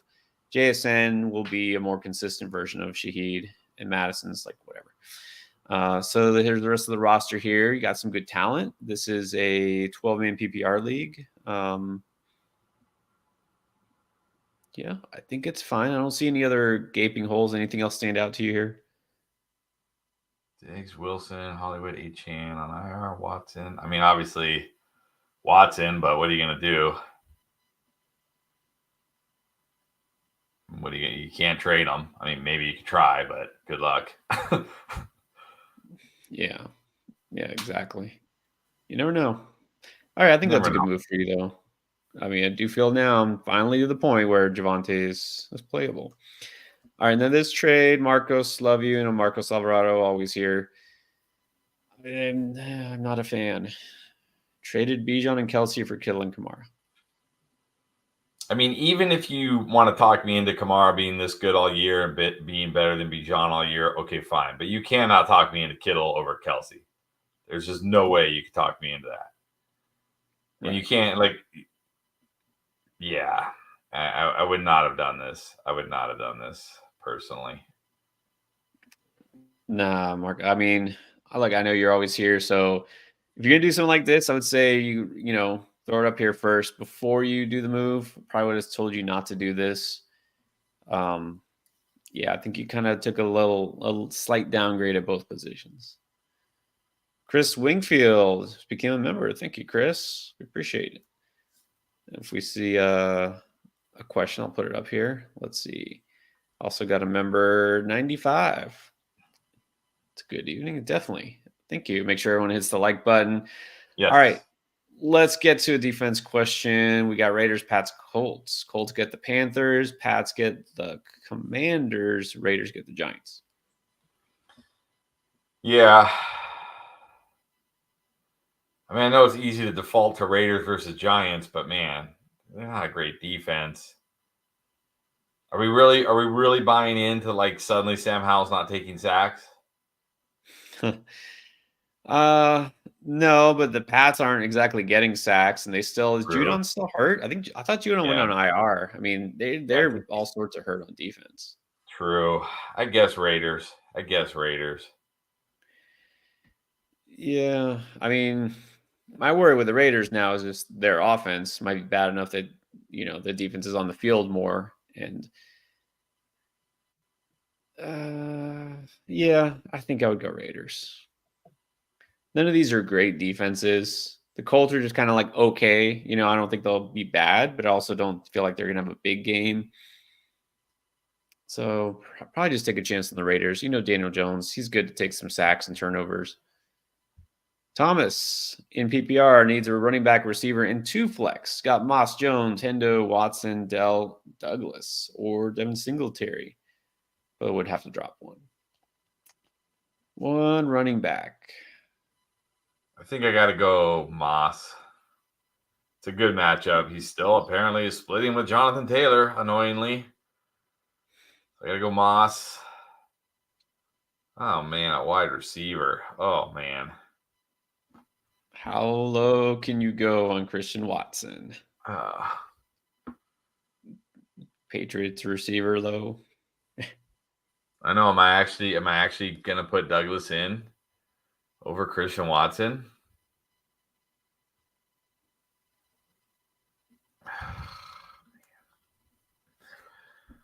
I mean, Watson has to come through at some point, right? Just by sheer luck, just by sheer luck alone. Yeah, I don't know. Today, after what happened, the GM for the Packers was like not sold on Jordan Love. He's like, "Yeah, we'll see. We'll see what happens." It's like that's not a vote of confidence. I don't understand like why these people say this publicly. Yeah, Like, because even if you think that, like, it's totally understandable you think that, but right, what purpose does it serve to say that out loud? Like, Jordan Love's going to hear that and be like, "Oh, I better start playing good now." It's like, right. Is that what they think? Is that what they hope? Like, okay, well, now that'll motivate them. Like, because the problem for Jordan Love is he's not motivated enough. It's like, look, all the talent is there. He just needs this motivation. right. Um, Well, we need two flex here. It says two oh my flex, so gosh. maybe we have to start Watson and Douglas. All right, fine. I guess Moss, Watson, and Douglas. Wait, so Moss, we actually need another guy. I think. Okay, so Moss is the running back, Oh, what? Watson is the receiver, and then two flex. We have Douglas and I guess Henderson. I guess Henderson. I It's a good guess. matchup against. It's a good matchup against the Packers. I Yep. guess I'm going Moss, So Henderson, Watson, and Douglas, and I'm just praying to the fantasy gods, please, please, fantasy gods. yep. And then Minnesota or Atlanta defensively. I think you got to go Atlanta because they play Minnesota with Jaron Hall. Take a chance. Yeah, I think you got to go Atlanta. Yeah. All right, here's Chris's question. Just traded Raheem Mostert and Keenan Allen to get Saquon. What do you think of that? I think you could have probably just traded Keenan Allen for Saquon. I don't think you had to include Mostert. I don't think it's terrible though. Like I don't. I think Mostert. He might have a good game this week if he falls in the end zone again, but I think we are seeing the end of Mostert. I think Allen for Barkley is very fair. So yeah, if you needed running back help, you got the Browns. Yeah, I think it's fine. I think it's fine. Yeah, maybe a little bit of an overpay, but not bad. If it helps your team, which looks like it does, then it might still be good for you. All right, and then Steven C has Stevenson, Gus Warren, Deontay, Chase, Amon Ra, Moore, London. He has Barkley, Henry White, Debo, Deontay Downs, Pickens. Wants Chase or Amon Ra? Well, of course he does, but doesn't mean you have to give them up. I mean, I mean, this there's team, no. though, it looks like he does need a guy like Barkley or Henry. He needs some RB help. Yeah, but I'm not. Not giving up Chase. No. Is there some sort of package that would talk you into Amon Ra, like Barkley and Deontay or Debo? Is even that enough? I don't think so. I mean, maybe. I mean, you certainly need Barkley pretty badly, so maybe a Monra for Barkley and Deontay.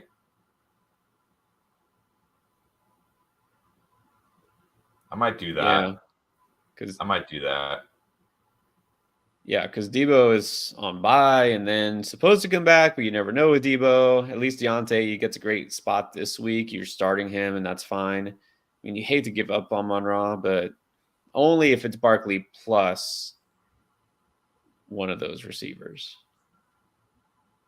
And I don't mean Downs. I mean Deontay or Debo. Yeah. All right. Let's see how that goes. I already did that one. Julio, what is up? Buddy. Good evening. Couldn't get anything on waivers. That's okay. Your league seems like you always have good players on waivers. So would you Yeah. flex Addison or Stevenson? Because I guess you couldn't get Deontay. Oh man.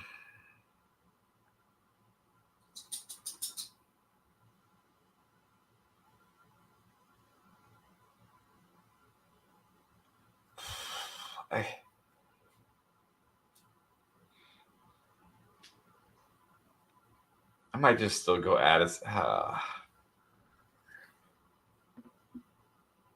This is fantasy football is pain. This should just have easily been just flex Addison. Don't even think about it, right? Don't even think about it. Like he's just in your lineup. You don't even think about it. If you think about from the preseason, right, and drafts, where these guys are drafted, you should be like, well, I'm starting Rondre every week because he's a stud. You know, that's not the case either. So, man. I think I might still go Addison and just hope. Just hope. I mean, I think Stevenson's fine, like as a running back, but I'm not expecting a big Stevenson game.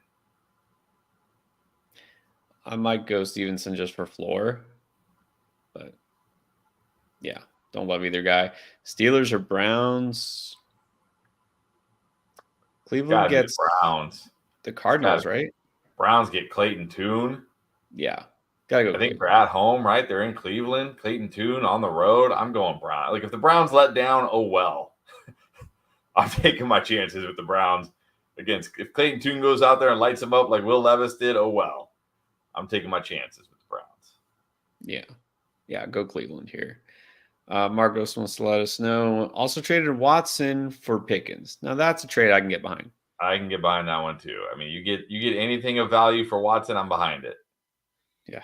And then also let's pick to Devontae Smith, Pickens, or Rashee Rice. Am I crazy for going Smith and Rice? I think I'm going Smith and Rice. I'm just not feeling a big pick. Look, Pickens can always have a big game, right? He can always hit a big play. And it is the matchup where it could happen. But I like Rice a lot this week. I'm going Smith and Rice. It's my team. All pretty close. You know, I don't want to put Pickens on my bench in this matchup. I would go Smith and Pickens, but these are all really close. And then Boomer wants to know, has anybody asked? That's a good question. Do we have any actual clarification on Miles Sanders, or just don't think so? Just coach's decision? Yeah, here's the last week. Frank Reich was talking already about he was talking very positively about Chuba Hubbard. I think Chuba's just been better. I think that's the issue here. Sanders has just been bad, and Chuba's been better. I think that's it. I think that's all it is. Chuba's just been better. Yeah. He was talking up Miles Sanders a lot during the preseason. That's gone away. So it's just performance at this point. You can't blame injury. All right. We're going to get to the rest of the Super Chats. If you have Super Chat in the last half hour, don't worry. We're getting there. So just hang with us. But we're kind of at the halfway mark. So anyone who wasn't with us at the top, let me remind you, if you haven't tried Underdog, this is the time to do it because you get that 100% deposit match up to $500 if you use code ENDGAME. And there's a link down below. You can click. It takes you right there. So sign up now. And if you are new to Underdog, then you get to take advantage of the special for new customers. And that's Kenny Pickett this Thursday, just getting 1 yard. That's it. Go higher on that pick, and you get it basically a free pick to add to any other one that you like. You can also go even higher, up to 5 picks at a time. Try to get 20 times your money. But for now, you get that free pick with Kenny Pickett. Just needs a yard. Go higher. They have specials all the time. But again, you double your money just for signing up because of that deposit match.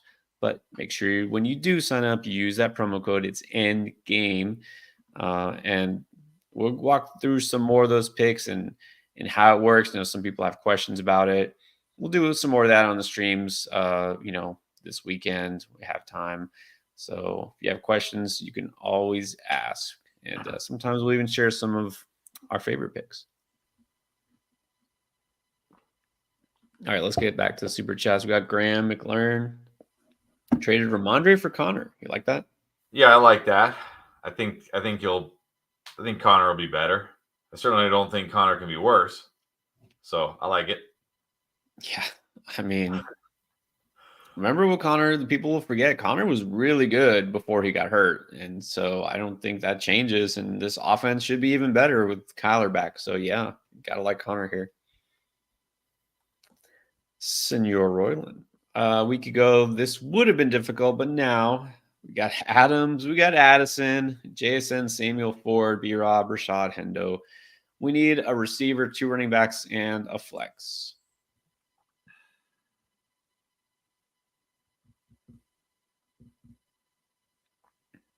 I mean, I still got to go Adams at wide receiver. Yeah, over these guys, yeah. I'm going to Rashad. And then I'll say the same thing I've been saying. If Ford is full go, not on the injury report, I'm going to go Ford against the Cardinals. If he's limited, still on the injury report, worried about that split, I might go Henderson at RB2. I think that's fair. Adams has to be the receiver out of this group. Yeah. The 2 running backs, Rashad, I think I actually feel the best about this week. Henderson, what about the flex, though? Would you flex Addison or you flex a running back? Yeah, this is where it, man, this is where it gets tough. Yeah, Samuel, I mean, it's got to be Curtis Samuel because Debo's on bye. Curtis Samuel is injured and it's not been used lately. JSN, I think it's too soon to start him. Yeah, I mean, I know he's been scoring, but if he doesn't score, what are you really getting from JSN? But I kind of feel that way about Addison now. Like, if Addison doesn't score this week, what are you going to get from Addison? Yeah, that's what I'm wondering. If Brian Robinson doesn't score this week, what are you getting from Brian Robinson? Yeah. But I think for me, I'm probably still going Addison. Yeah, just because you can't get too excited about, all these running backs. And then start Atlanta or no defense. I mean, Atlanta should get you at least something. I think he meant New Orleans. Oh, New Orleans defense against Chicago or Atlanta against the rookie. Go Atlanta. Yeah, Atlanta. Give me Atlanta. Yeah. All right.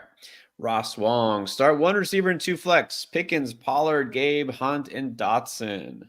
Throw Dotson in there maybe.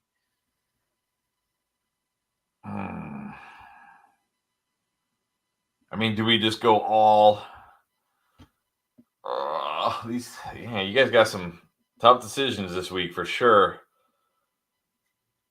I mean, I kind of want to say Pickens, Davis, and Dotson, but I don't know if I can sit Pollard for those guys. That just feels like too dice rolly for me. Yeah, I don't mind Gabe at all this week. I think a good spot. He should be passing it a lot. We just go the first 3 though. Yeah, I don't think I can sit Pollard. I'm going the first 3. Yeah, let's do those first 3. What about this? Timothy Beauchamp wants to know: would you trade Pollard for Bijan? Yeah, give me Bijan. I mean, give me Bijan. Yeah. And then Edgar Padilla. Standard league needs 2, 2, and a flex. Cook, Swift, Hubbard, Moss, Rashawn, DeMarcado, Lamb, London, Collins. Already set at QB and tight end. All right, a wide receiver. I mean, obviously Lamb. It'd be crazy not to start Lamb. And then I might just go Nico. Not risk it with London and the groin and Taylor Heineke. I might just go Nico and Lamb. And then got to go Swift at running back. And then I think we might disagree on this. You might go Moss, but I'm going Chuba. Yeah, Swift for sure. Lamb for sure. I like Collins this week. I would probably flex London. Yeah. And then if London doesn't play, I guess it looks like we have to flex a running back because I don't see any other receivers listed. Yeah. So if London is limited on the injury report, looking dicey, then I'd probably flex. I'd probably play Swift, Hubbard, and Moss.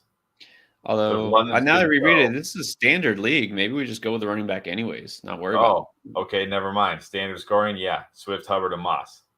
Yeah. There you go. That makes it easier. Sorry. There we go. I said it, but it didn't occur to me until just now. So Lamb and Collins at receiver, Swift, and then Hubbard and Moss. And there you go. Everybody's happy. All right. Skylar Gessert. Needs 2, drop 1, Sanders or Spears. You could drop Sanders. 2 carries last week. 2. Yeah. 2. Who would have thunk it? Yeah, Sanders is droppable.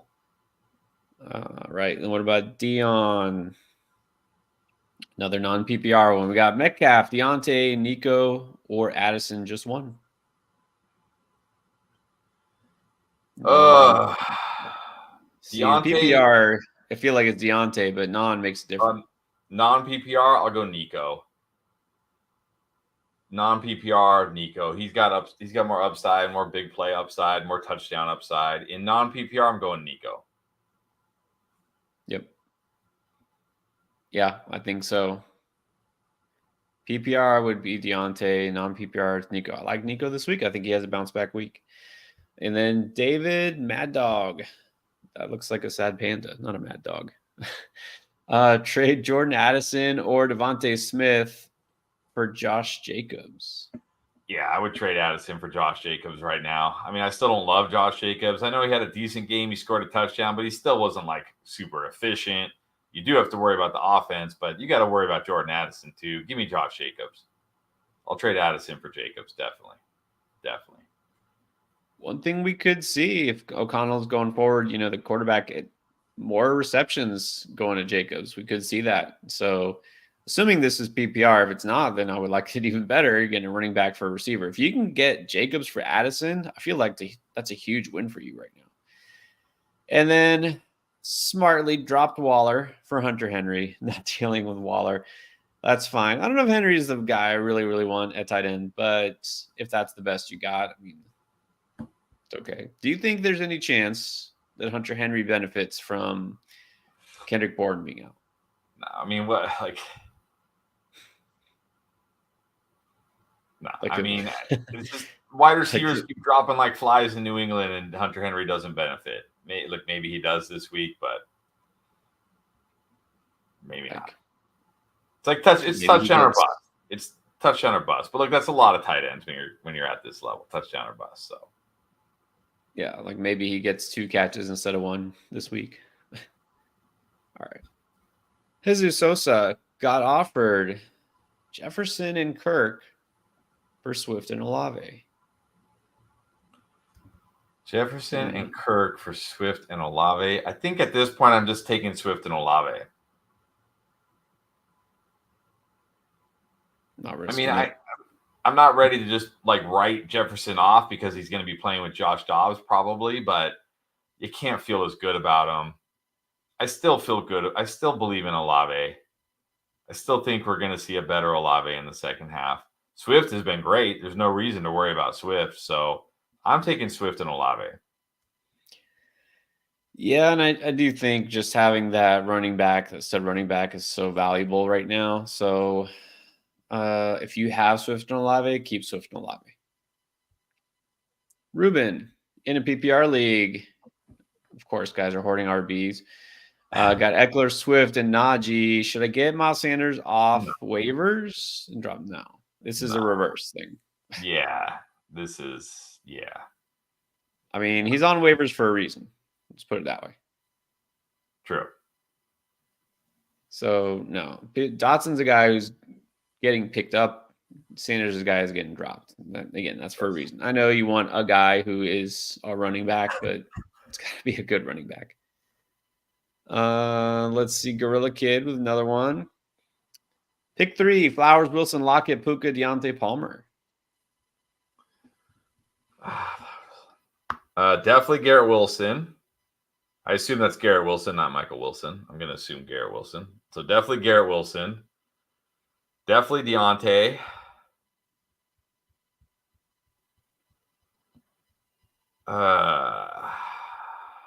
This is where it gets tough.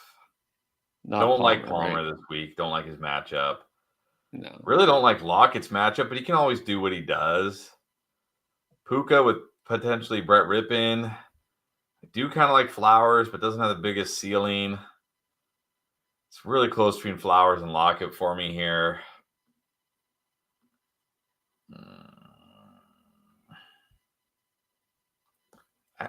If it's me, I might go Flowers. I like his matchup this week, actually. I think we see a bounce back, but if you want to go Lockett for the upside, I'm okay with that too. But definitely Wilson and Deontay for me. Yeah, I agree with that. It's definitely Deontay and Wilson, assuming Garrett Wilson.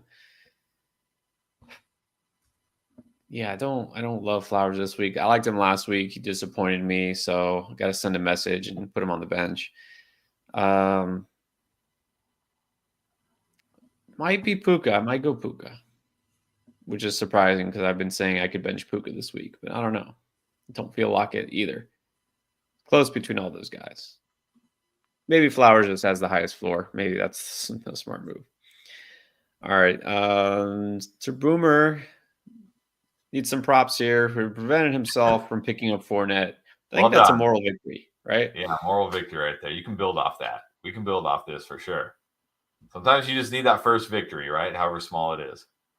There you go. Get off the schneid. Alex Murray, Zay or Nico? I mean, I like Zay this week, but I like Nico more. I'm going Nico. He's got way more upside too. Yeah, definitely going Nico this week. Arturo Balderas Jr., Brees Hall for Achan. You know what? Oh man.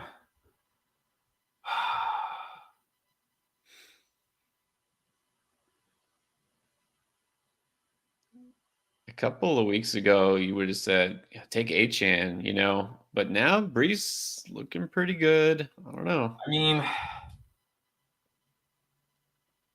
he is and he isn't, right? I mean, he's doing what Brees Hall can do, and on one play he can rip off a long touchdown. But when you look at him outside of that, he's not. He's still, 12 carries for 17 yards last week against the Giants. What? Like that is not. You know what I mean? Like, granted, Yeah. He had 6 catches and one of them was a 50-yard touchdown, so nobody cares. But he's not going to rip off, even a player as good as Brees Hall is not going to rip off 50-yard touchdowns every week. And it's not like Achan can't rip off 50-yard touchdowns. Yeah. But at least Apparently Brees Hall every week. Yeah, but at least Brees Hall is playing right now. We still don't know when Achan will be back. I guess I gotta go Brees Hall right now, but man. Does this depend on where you are in the standings? If this is a first place front runner type of team, then you say, okay, you can do Achan, but if you're 500 or worse, you just don't risk it. Yeah, I mean, if you're like, if you need a win this week, then probably just go with Brees Hall because I like him this week. I think I'll have another chance to rip off a long run, or a long catch. I think he'll get a lot of catches again this week, and that's good enough in PPR. Right. Assuming it's PPR, of course. But if you're in first place, I might just wait for Achan. There you go. What about Alan Wendling over in Brazil?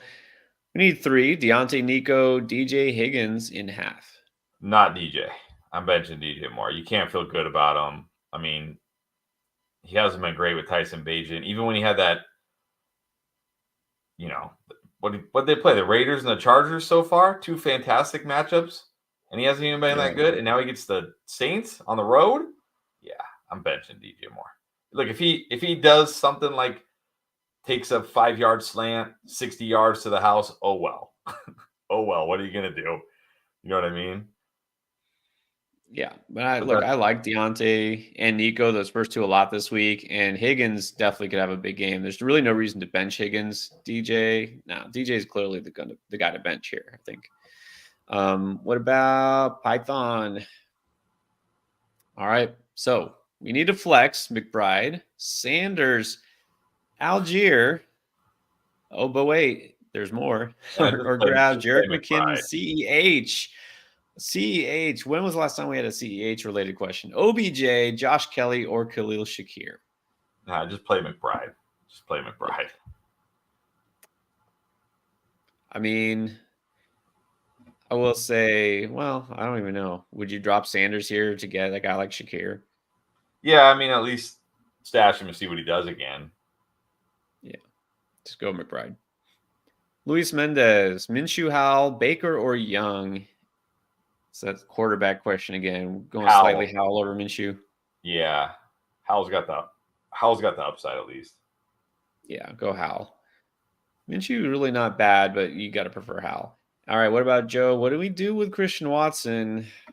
I mean, I would say in shallower leagues, 8 team, 10 team, maybe even 12 team with very shallow benches, you can drop him.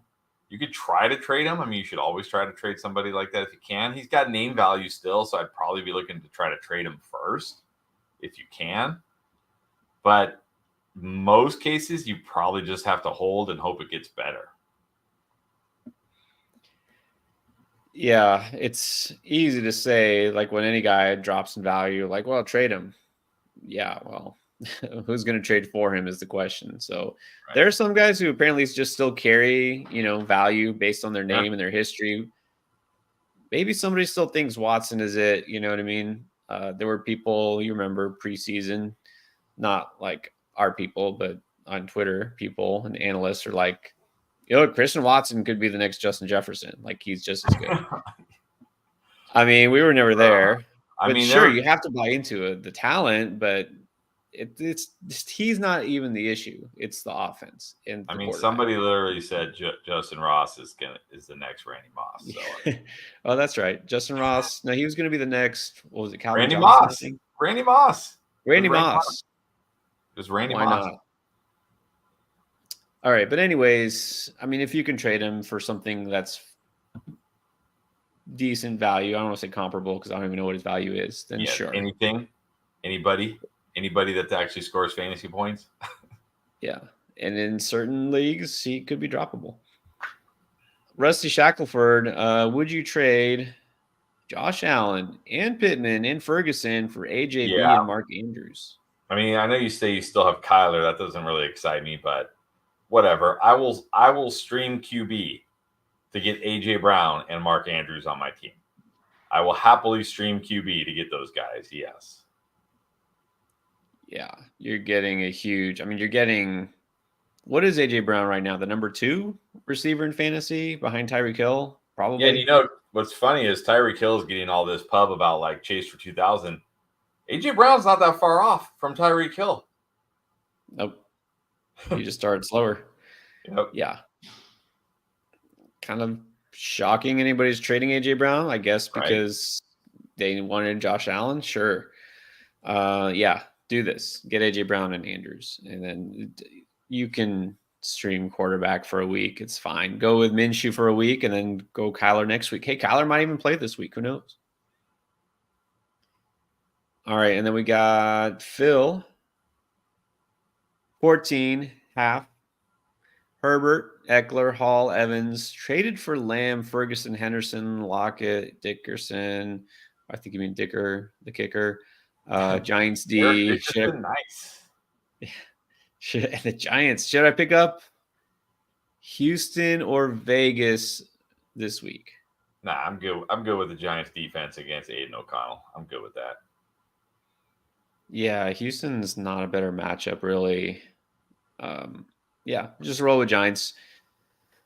Would you trade Lockett for Collins? Yeah, give me Collins. Yeah, I think so. I like Collins. Collins bounce back. So traded for Lamb. I wonder what you traded for Lamb. But look, you got a really good team, it looks like, for a 14-team league. Pretty good. All right, and then easy, Vanya. RB2, wide receiver 2, and a flex. Scott Cook, Aaron Jones, Darrell Henderson, Jacoby Myers, Downs, Deontay Johnson. RB2, I think I'm going to go Henderson over James Cook. I just like his matchup a lot more. He catches passes. I'm going to hope he doesn't get vultured by Royce Freeman again. At wide receiver 2, I'm going Deontay Johnson. Yeah. Definitely like Deontay Johnson. I think I might flex Downs. I mean, Cook is certainly interesting in that matchup, in that game. If it's non-PPR, I'll flex Cook. If it was PPR, I think I'm going Downs.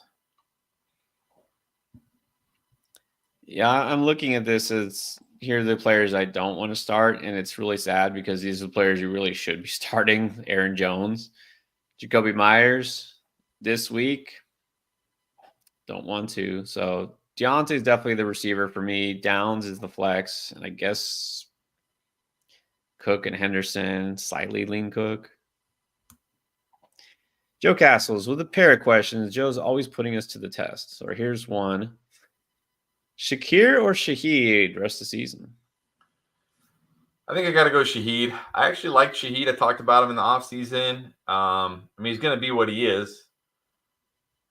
But Derek Carr will chuck it. We know Derek Carr's not afraid to chuck it, and that's good for him. I'm not really buying into – I mean, you look at this Bills offense. You got Stephon Diggs. You got Gabe Davis. Now you got Kincaid. Shakir's still number 4 on the pecking order here. So I'm going Shaheed long term. Yeah, like Shaheed. Derek Carr, I believe, is the leader, should still be the leader in deep throws. That's I mean, you know what's crazy for Olave is everything we said would happen has happened,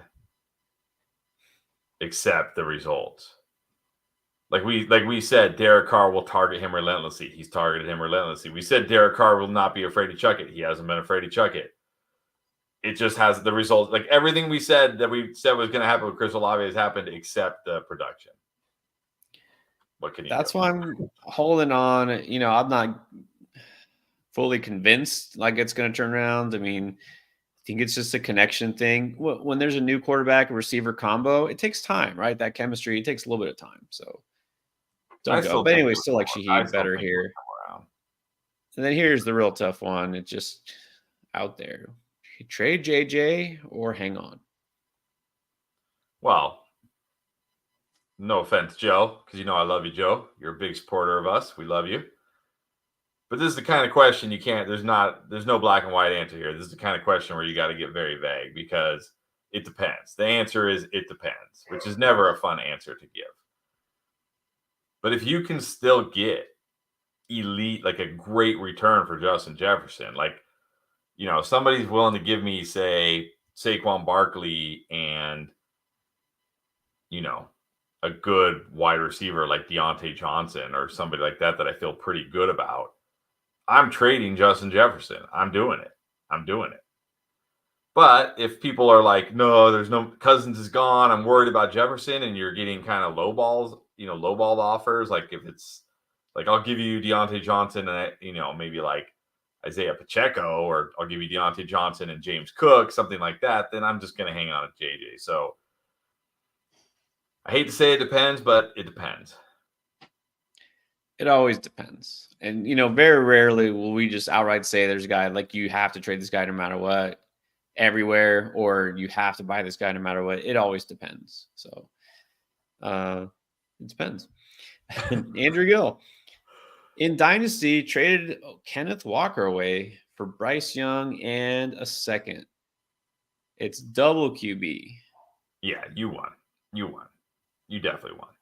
I mean, you got a young QB. Look, Bryce Young hasn't been lighting the world on fire, but he's also not been like so horrible that you have to worry about, him not being the guy for the next year. Like he's going to be the guy next year.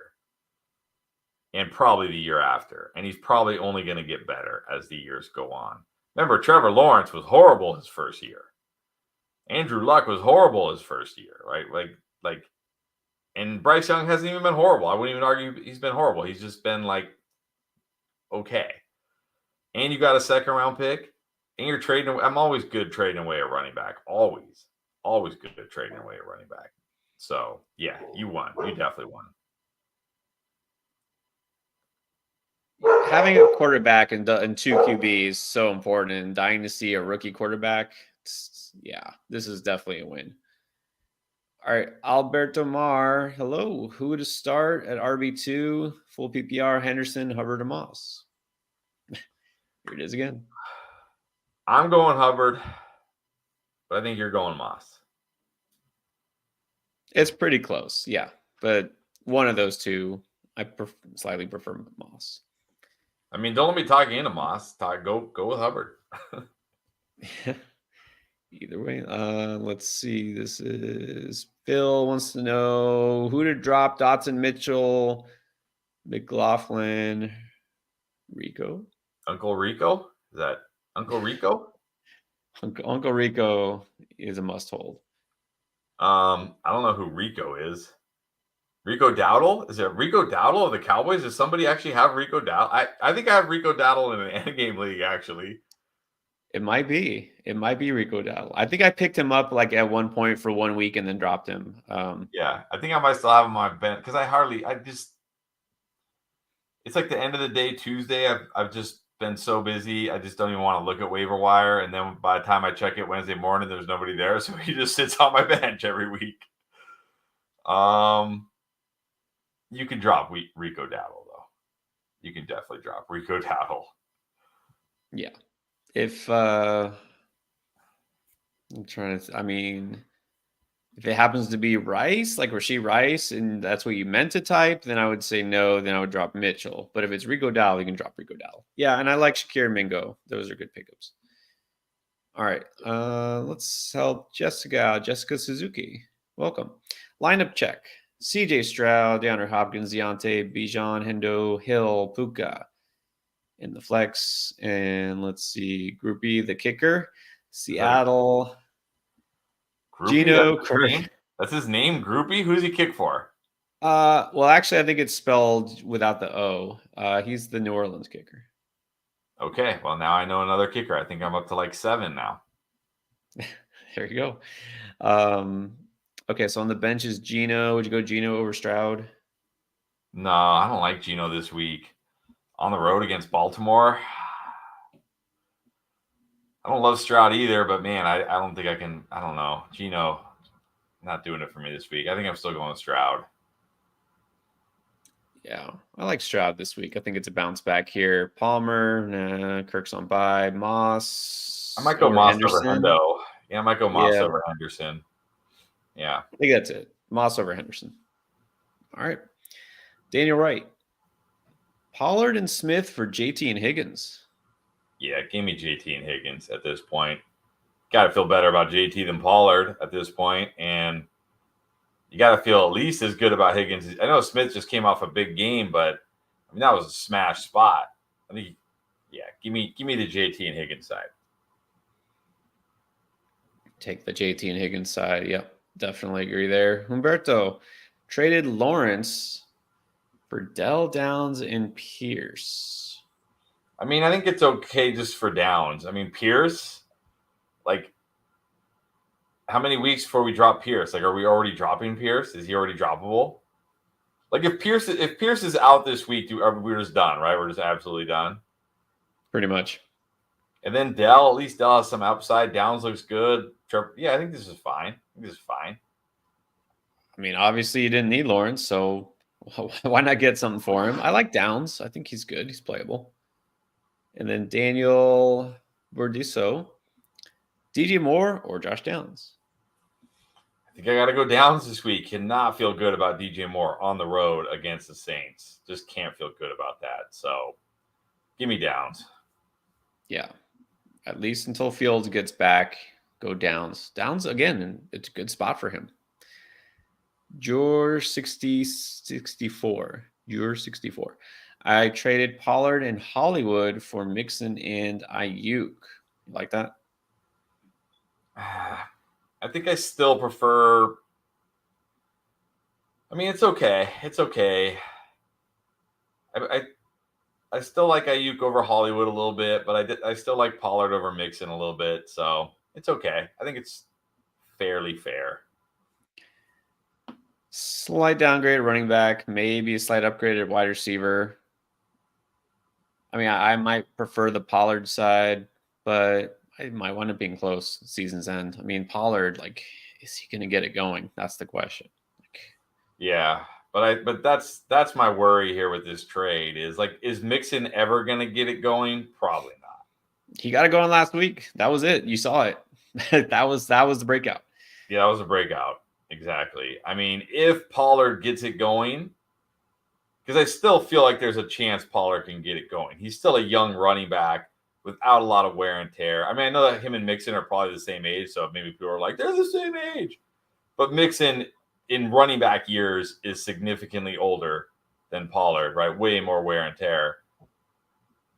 Yeah. So And Pollard's been a way more efficient, explosive runner than Mixon. So in his career, so if somebody's going to get it going here, it's going to be Pollard. That's my only concern. Like, if he does get it going, you're going to really regret this trade. But at this moment, I think it's pretty fair. And I probably do slightly lean the Pollard side just for that reason. I agree. More upside there, right? Basically, rest of the season. And for those who don't know, running back years, it's kind of like with dog years, where like 1 year is like 7.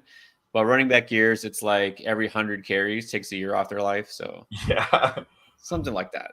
I don't know the exact equation. I mean, I will say, for as good, and I'm not like Kamara's been great, but Kamara has the lowest, some of the worst efficiency metrics he's had of his entire career this year. He's just getting the most insane volume he's ever gotten in his life. Like, even better than Drew Brees volume. Like, because he's getting the catches and all the carries. Like, we've never seen that before. So even a guy who's been as good as Kamara has been pretty real life bad when you look at his like efficiency. Yeah, it's funny the way Kamara is being used this year. It's like complete opposite of what we saw when he was a rookie in his second season. He used to be the number 2 guy, came in, and now it's insane. Good for him. Good for those who have Kamara. Good for anybody who took a chance on him. Yeah, there you go. Ross Wong got an offer to trade Hunt for Reed and Quentin Johnston. All right, we're getting deep here. Considering because Palmer and have Justin Herbert. Look, I'm not interested in or trading for Quentin Johnston, so I don't really care about that. Would you take Jaden Reed for Hunt? No. Sure. Oh, I'd still rather have Hunt. I'm sorry. Like, it's the Packers. It's Jaden Reed. He's like the number 3 target on the already offense I don't want. At least Hunt, like, gets touchdowns. Like, I'll still take Hunt here, and I don't even like Hunt. Yeah. I mean, my only thing is I'll trade Hunt right now because you know that Ford coming back, Hunt's really not going to have that much value. I don't think. He does get a touchdown once in a while. He does get some usage. Yeah, I mean, I'm okay trading away Hunt right now, but I think you can get more than Jaden Reed and Quentin Johnston.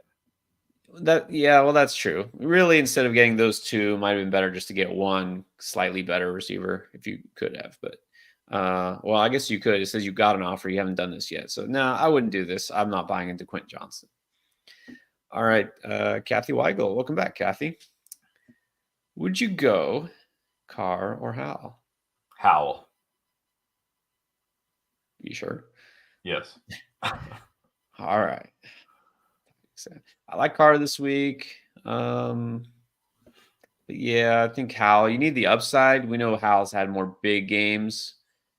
So probably go Howell. Hey, Carr gets the Bears, right? This week it's the Bears. Bears just got Montez Sweat. They did not trade away Jalen Johnson. That defense might be less terrible. Also acquiring Olave over Addison. Definitely. Yes, that's a win.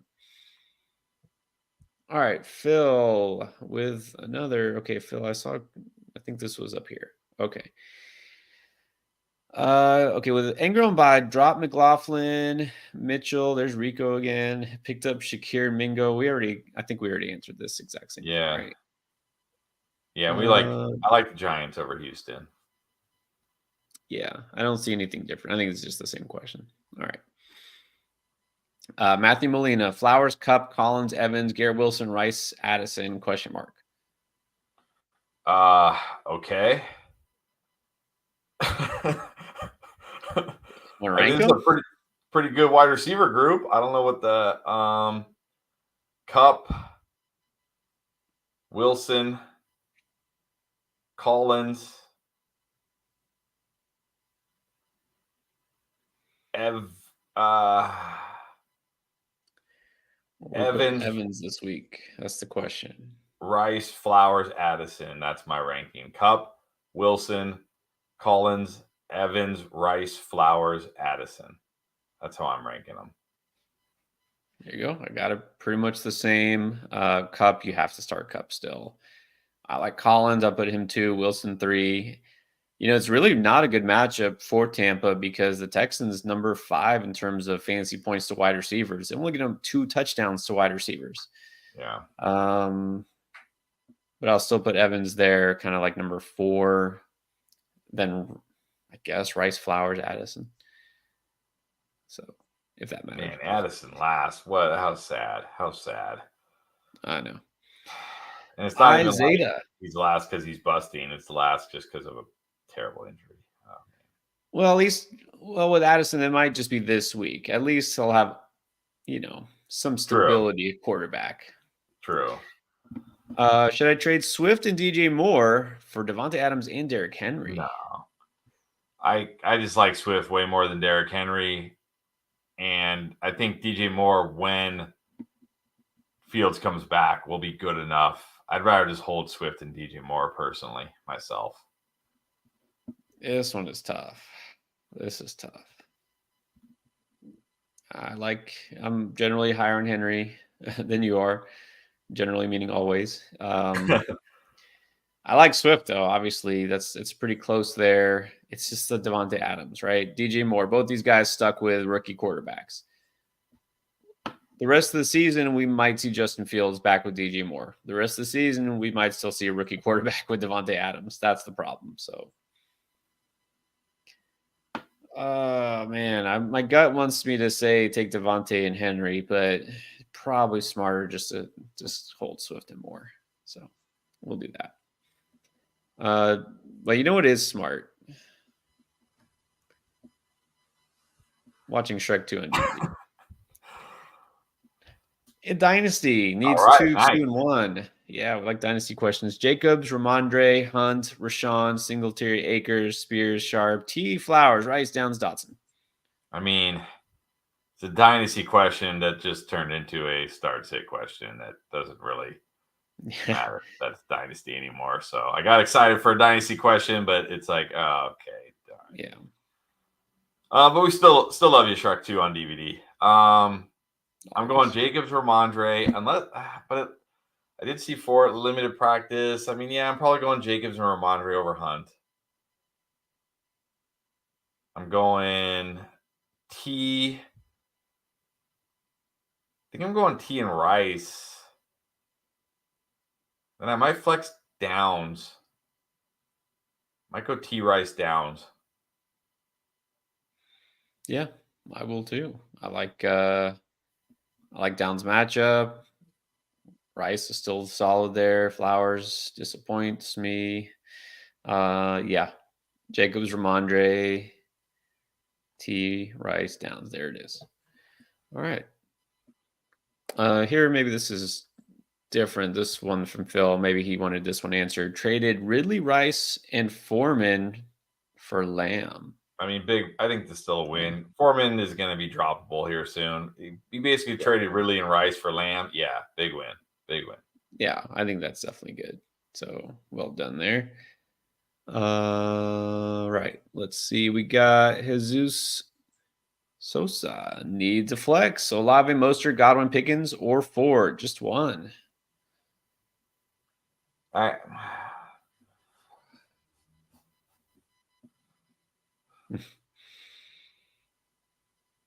think if it's me, I'm still going Olave over these guys. Assuming PPR, of course. Assuming PPR. If it's non-PPR, then maybe I go Mostert. But assuming PPR, I'm still going Olave here. Yeah, I mean, I know I like Pickens. I want him in my lineup, but Olave, I got to keep him in there too. So, yeah, just go Olave and you're good. And Phil clarified it is Rico Dowdle. All right, good job. Yeah. Good looking out there. Just thanks. All right, yeah, drop him for Lenny. Why not? That's pretty much the response there. Why not? I guess. What do you think about this? Mark Evans, our insider here for the Texans. Davis Mills isn't a rocket surgeon like Dobbs, but he has a better arm. I mean, yeah, Dobbs doesn't have a cannon, for sure, and he doesn't have the accuracy, but maybe not the smarts though. The ability to read the field. Let's just say it that way. Yeah. Yeah. So Davis Mills on the waiver, considering him. Maybe in a We'll think very about deep, maybe in a very deep 3 QB league. it. Beat the breakout. Like wait for the If only week. football season was in April, we could do the April Fools beat the breakout, where you're like, oh, you gotta go get CEH, you gotta go pick up, go get, I don't know who's the run, who's like somebody that go get Josh Gordon, he might be making a comeback. Josh Gordon. There's Oh, he's rumors that he always might making a comeback. sign. There's rumors he Oh, might sign with the Chiefs. Antonio Brown. Antonio Brown. Oh man. No. All right. But we appreciate the insight there, Mark. John S. Would you drop Watson for a guy like Rice, Tank, Cooks, or Shaheed?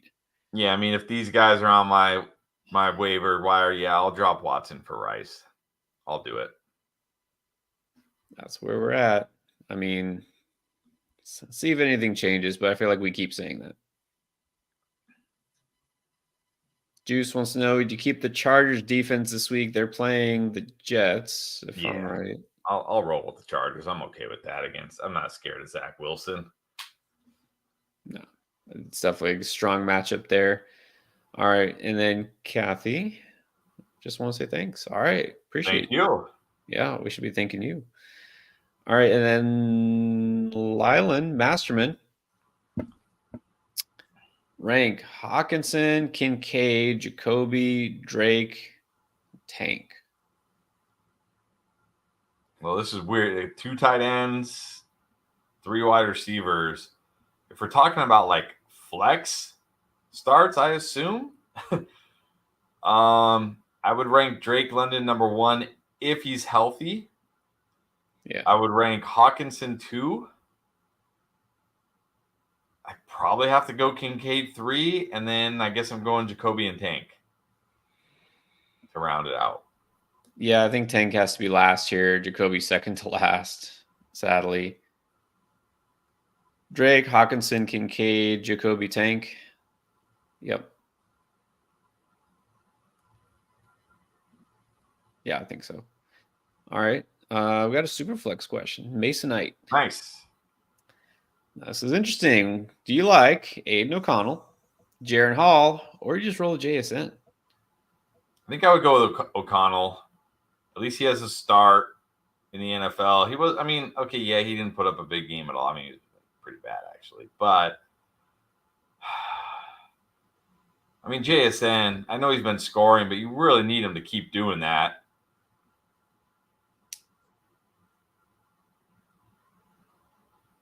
Yeah, I think I'm going O'Connell here. Unless it's a really reliable, high upside option, I'm still going to go quarterback for the most part, in the super flex spot, unless it's somebody just really, really, really unappealing. O'Connell will do something. I'm not saying he is appealing, but it's just not I was going to say, these guys kind of are unappealing, but JSN, I guess he could score again, but O'Connell does get the Giants, so it is a good matchup at home. They're at home. Right. He gets a decent matchup, not a scary defense. He has Devontae Adams to throw Diaz Myers. He has good players around him. He could do something. If this was Jaron Hall and the Vikings with Justin Jefferson out there, okay, well, maybe hey, take a shot and see what he can do. But nah, you can't roll with Hall in this case. So I would go O'Connell. All right, and then another Superflux question from Biggity Brown. Daniel Jones and Jerome Ford for Kyler Murray. So we got some trade talk here. Would you go Daniel Jones and Jerome Ford for Kyler Murray? I think in Superflex you have to do this. The quarterback is way more valuable, and he should be back at the latest next week. So you got Swift and Monty. Yeah, it might hurt you this week, but I think starting next week, it'll be great for you. I think you got to do this. Definitely have to do this. Upgrade at quarterback. Can't be. I hope you're saying your other QB is Lamar. That means you have to start Daniel Jones. Yeah, I'm definitely doing that trade. I want to be starting Murray or somebody else. And not just because I don't think Daniel Jones is any good, because I don't, but also Look at the injury history there. You know, you can't rely on him rest of the season if you want to win here. I think you definitely do this.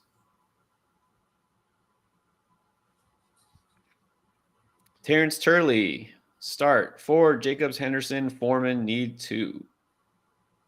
Well, I mean, I still got to start Jacobs in most cases. I will say, again, what I've been saying. If Ford is cleared, not on the injury report, good to go, give me Ford. If he's limited, if he's still on the injury report, like I'm worried he might be splitting, then I'll go Henderson. He's got a great matchup. So Jacobs and then either Ford or Henderson based on how Ford looks, injury-wise.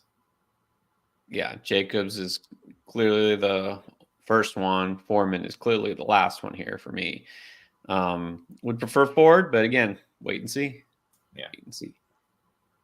And then we got a couple of Pollard questions here. Of course, it's like, what do we do with Pollard? Depends.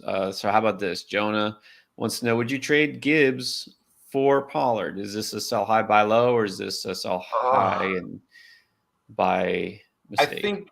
I think I still gotta take Pollard. It could be, look, you could regret it. I'm not gonna lie. I'm not gonna sit here and tell. This isn't like one of those where it's like Gibbs for Eckler, and I'm like, just take Eckler. Yeah. You could certainly regret this, but again, there's still hope for Pollard. It might not be good this week, but I'm sure he'll outscore Gibbs this week. Now that I said that, he'll probably fumble twice, get benched, and get negative points. Everybody's like, you said Pollard will outscore Gibbs this week. Hopefully not. But look, Monty should be back in week 10. I'm not convinced that Gibbs is now the guy because he had 2 nice games out of Monty. Monty was great. He's still going to have his role. There's still potential for Pollard. Could he be one of the biggest busts this year? Yes, he could. But look, prior to 2 weeks ago, Gibbs looked like an even bigger bust than Tony Pollard. So I'll still gamble on Pollard. And am I right? Doesn't Dallas have a pretty good schedule rest of the season? It's favorable. I mean, not this week, but let's see. Well, no, not this week, but like playoff stretch. I thought they did. I could be wrong, but Well, I thought after Dallas. this, so they get they get Giants next week. That's great. They get Panthers. That's fantastic. Yeah. They get Commanders. That could be good now. They get Seahawks. That's tough. They get the Eagles again. But then in the playoffs, they get the Bills, who have not been good against running backs. They get the Dolphins, who have been like okay, but then they do get the Lions week 17. That's not fantastic. But I mean, he has some good matchups coming up for sure. All right. Yeah. So maybe it's not the playoff schedule per se that was great, but this upcoming slate is definitely better. Yeah. Yeah, I still do this because I still feel like Gibbs is gonna just become the 1B again as soon as Monty's back. So I think it's fine.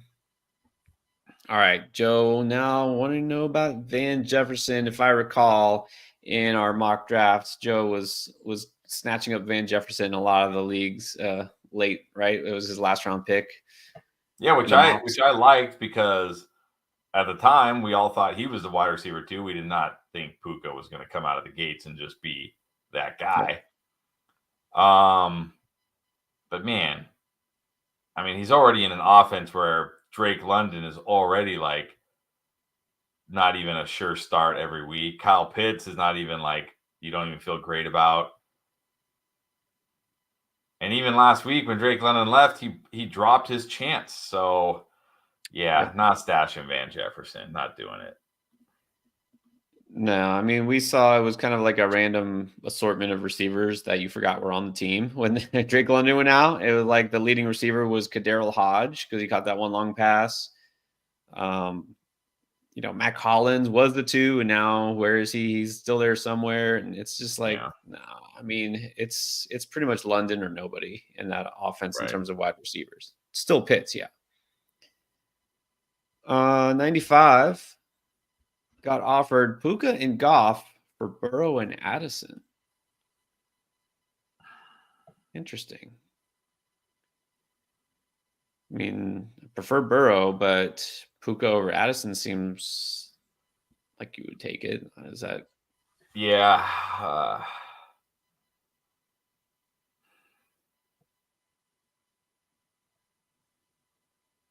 Got Adams, Myers, Wilson's, Olave.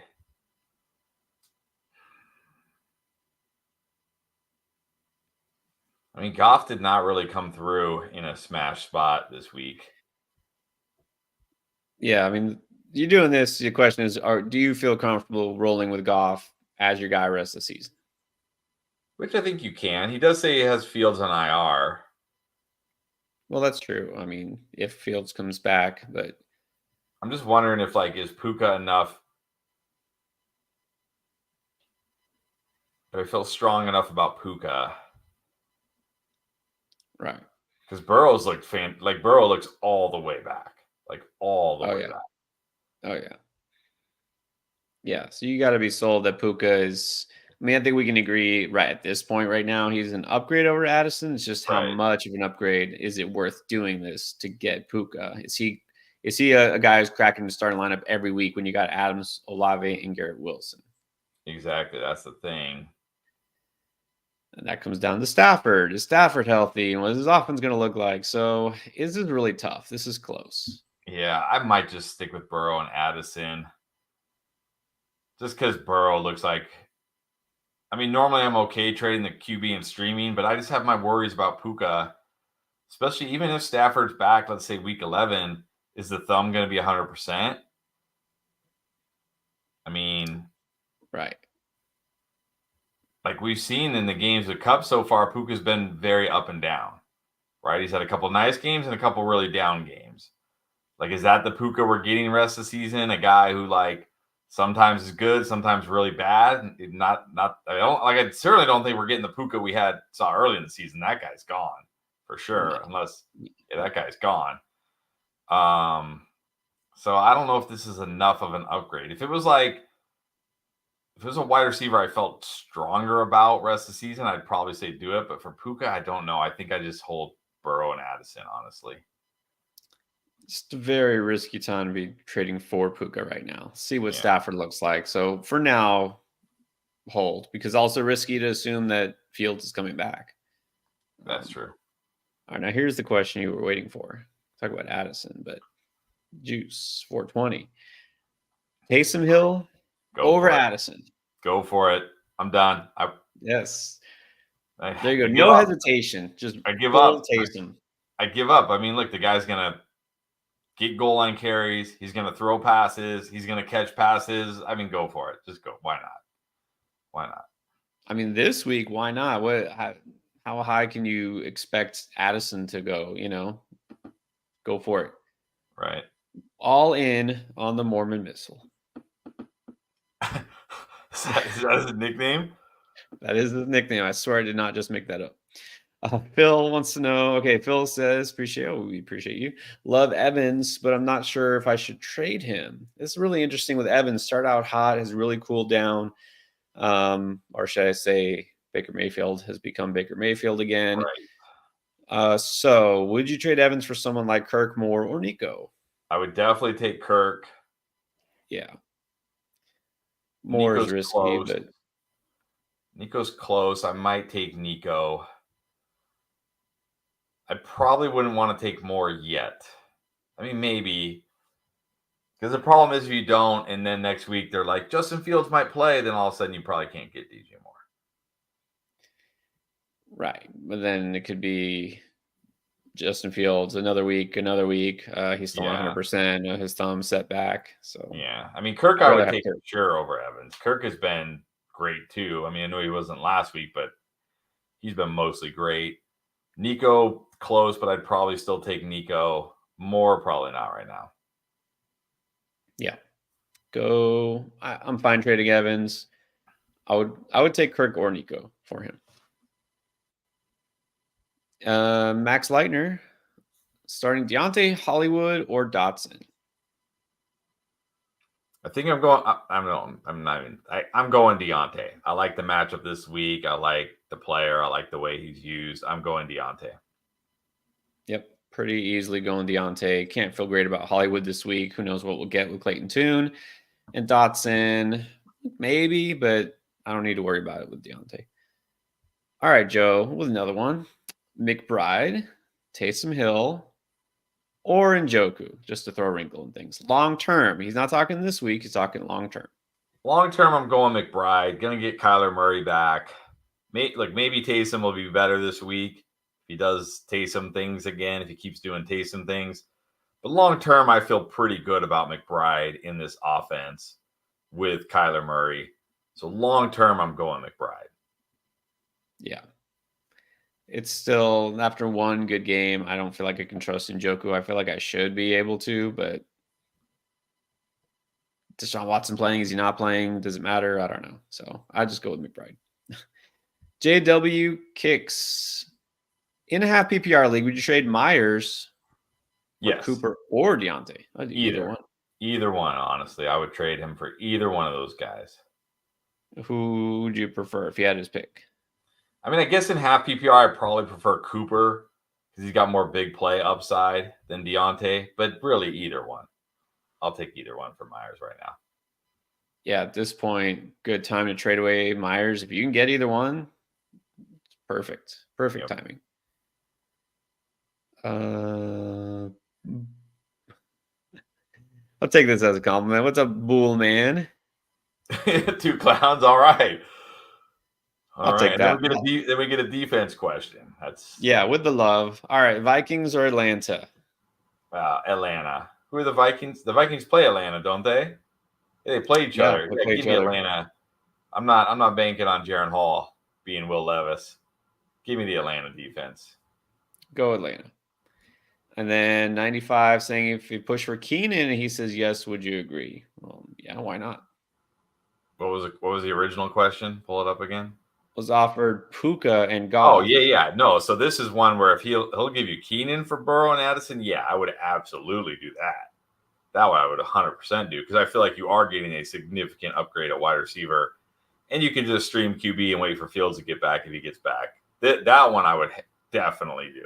I would definitely do that. Yeah, that's exactly what we had in mind. A receiver you can feel confident about. Yes, definitely go Keenan over Puka. All right. See, much love. That's what we figured.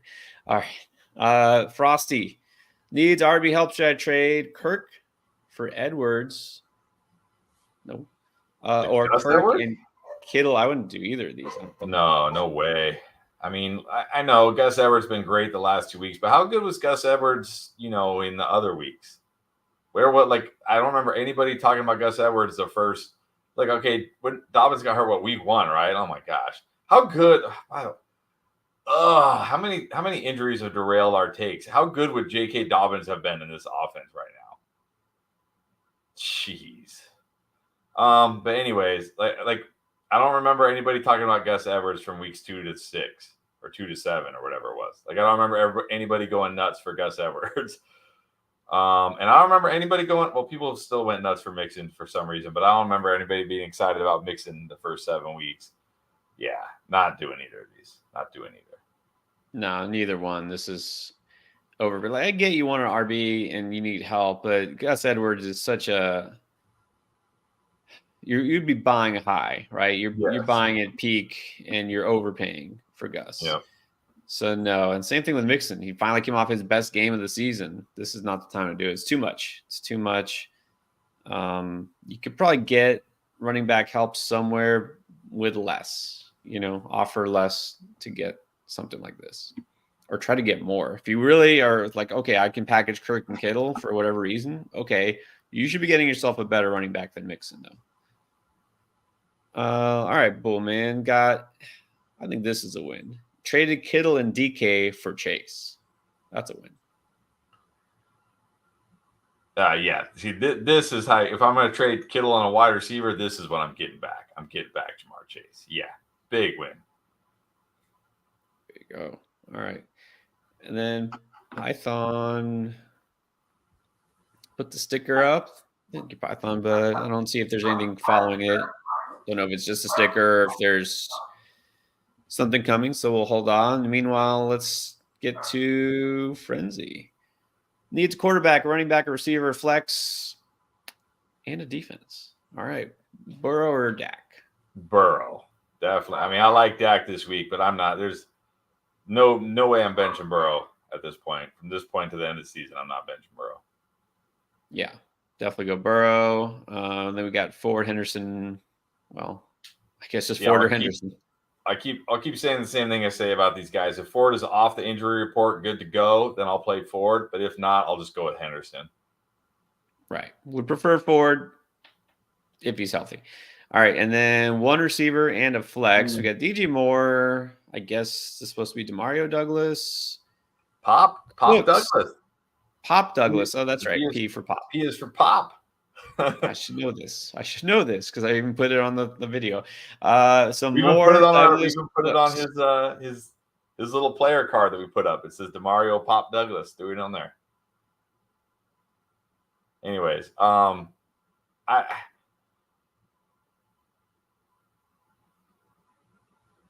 guess sorry, Shaheed's on there too, and then I guess McBride is just a flex option. Yeah, I think.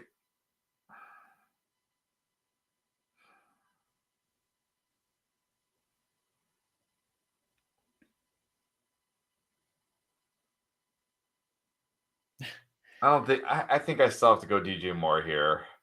I think these guys are just getting too deep. I do kind of like Brandon Cooks this week, but there's still a lot of risk with him. Shaheed, same thing. Maybe he goes off again, or maybe he only plays 20% of the snaps and doesn't even get a catch. Because when you only play 20% of snaps, sometimes you don't get a catch. I think I still got to go DJ Moore, a wide receiver.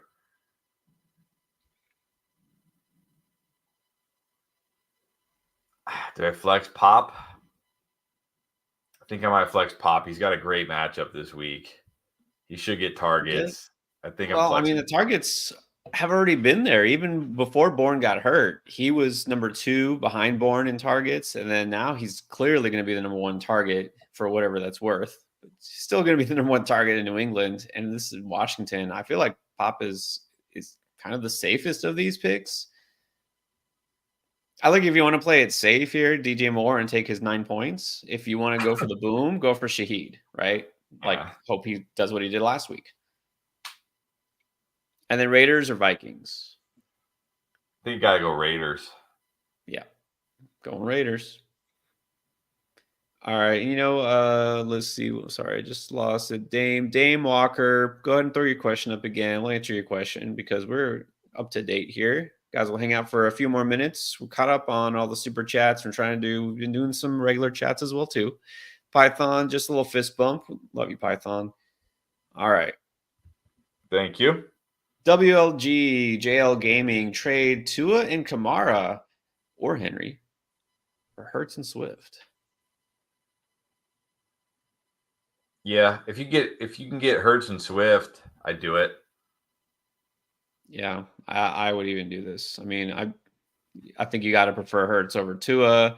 Swift, pretty comparable. Who would you rather trade away, Kamara or Henry? Is it crazy to say I'd rather trade away Henry? Now, if it's full PPR, I mean, you almost have to. Kamara's getting so many catches and Henry isn't. Exactly. So I'd rather do Tua and Henry. Yep. But I'll take Henry for Hurts Swift. Do it. And then Dave Brooks. Half PPR, 3 keepers. Trade Laporta for Achane. Potential keeper here either way. Got Kincaid on the bench. Yeah, definitely do this. I mean, Achane could be your keeper next year. I mean, Kincaid could be a keeper just as easily as Laporta could. You got Kincaid on the bench. Definitely take Achane. Definitely take Achane here. This is a very smart move, right? You're taking advantage of your, what you have here, your assets, 2 potential keepers, young tight ends. You don't need them both. Get Achane. This is smart. I do it. All right, Marcos. Now, T-Law, Fields, or Purdy rest of the season? Well, if Fields was healthy, I'd say Fields. But we don't know when we're going to see him, so I can't rank him over these guys right now because what if we don't see him for 2, 3, 4 more weeks? Right. I think I still have to prefer T-Law to Purdy. So right now, I would say T-Law, Purdy, and Fields would be last. But if we knew, if they said next week Fields is practicing, he's going to play, then I would put Fields over both these guys. Yeah, right here, right now, I've got to go T-Law. just too many question marks with Fields. Again, this is his throwing hand, Yeah. gripping the ball. Very, very important thing if you're a quarterback. So, yeah, I can't put Fields up there yet. Obviously, Fields has the highest ceiling. We know this. So, but right now, I got to go T-Law first, and then Purdy last. Carl Williams. Welcome back, Carl. Pierce, Reed, Rashawn, Michael Wilson, or Pierre Strong at the flex this week. Oh, man. It's one of those kind of bye weeks. I guess Jaden Reed and just hope. I mean, I can't feel good about Michael Wilson. Damian Pierce, even if he plays, can't feel good. Rashawn against the Saints. I mean, maybe you hope he catches a bunch of passes, but even last week in complete negative game script, he didn't catch a bunch of passes. Pierre Strong, I guess Jaden Reed and hope for the best. Nah, Strong would only be valuable if Ford was out. Ford is not out. Wilson, there's no way with Clayton Tune. Rashawn, not getting enough touches just yet. Rookie quarterback still. It's got to be Jaden Reed, I guess. He's at least getting some yardage. And then Ricardo Andrade. Wow. All right. Would you drop Pickens for Deontay? I mean, there's no. I mean, I guess if Deontay's on your waiver wire, but there's nobody else you can drop. This is always my question. Like somebody on your bench or running back that you think you have to hold, like Tyjae Spears, like Chuba Hubbard. I would drop Chuba Hubbard for Deontay Johnson, and I like Chuba Hubbard, but I would still drop him for Deontay Johnson. Unless you badly needed Chuba this week. You're like, well, if I drop Chuba Hubbard, then my RB2 is Pierre Strong. Then maybe I would still hold Chuba Hubbard. But you know what I'm saying? Like, is there anybody else? Anybody else? Right. I mean, yeah, you really should have both these guys. It depends. I don't know how shallow your league is and all that, but I guess. All right. Dame Walker, here we go. And don't worry, we love the detailed questions. You told us it's the 12-team PPR league. You're 5-3. All right. So Allen Jacobs, K9, got Tyreek, Higgins, Evans, Sharber, Sean Pierce, Rice, Flowers, Ingram, Musgrave, T. All right. So T and Jacobs for Chase. Too much or fair? I certainly think it's great. I'm just wondering, like, are you going to be okay at running back? Right, because Jacobs is the one here. Technically, so who are you starting? Pierce, Rashawn, Sharp? You can't start any of those guys.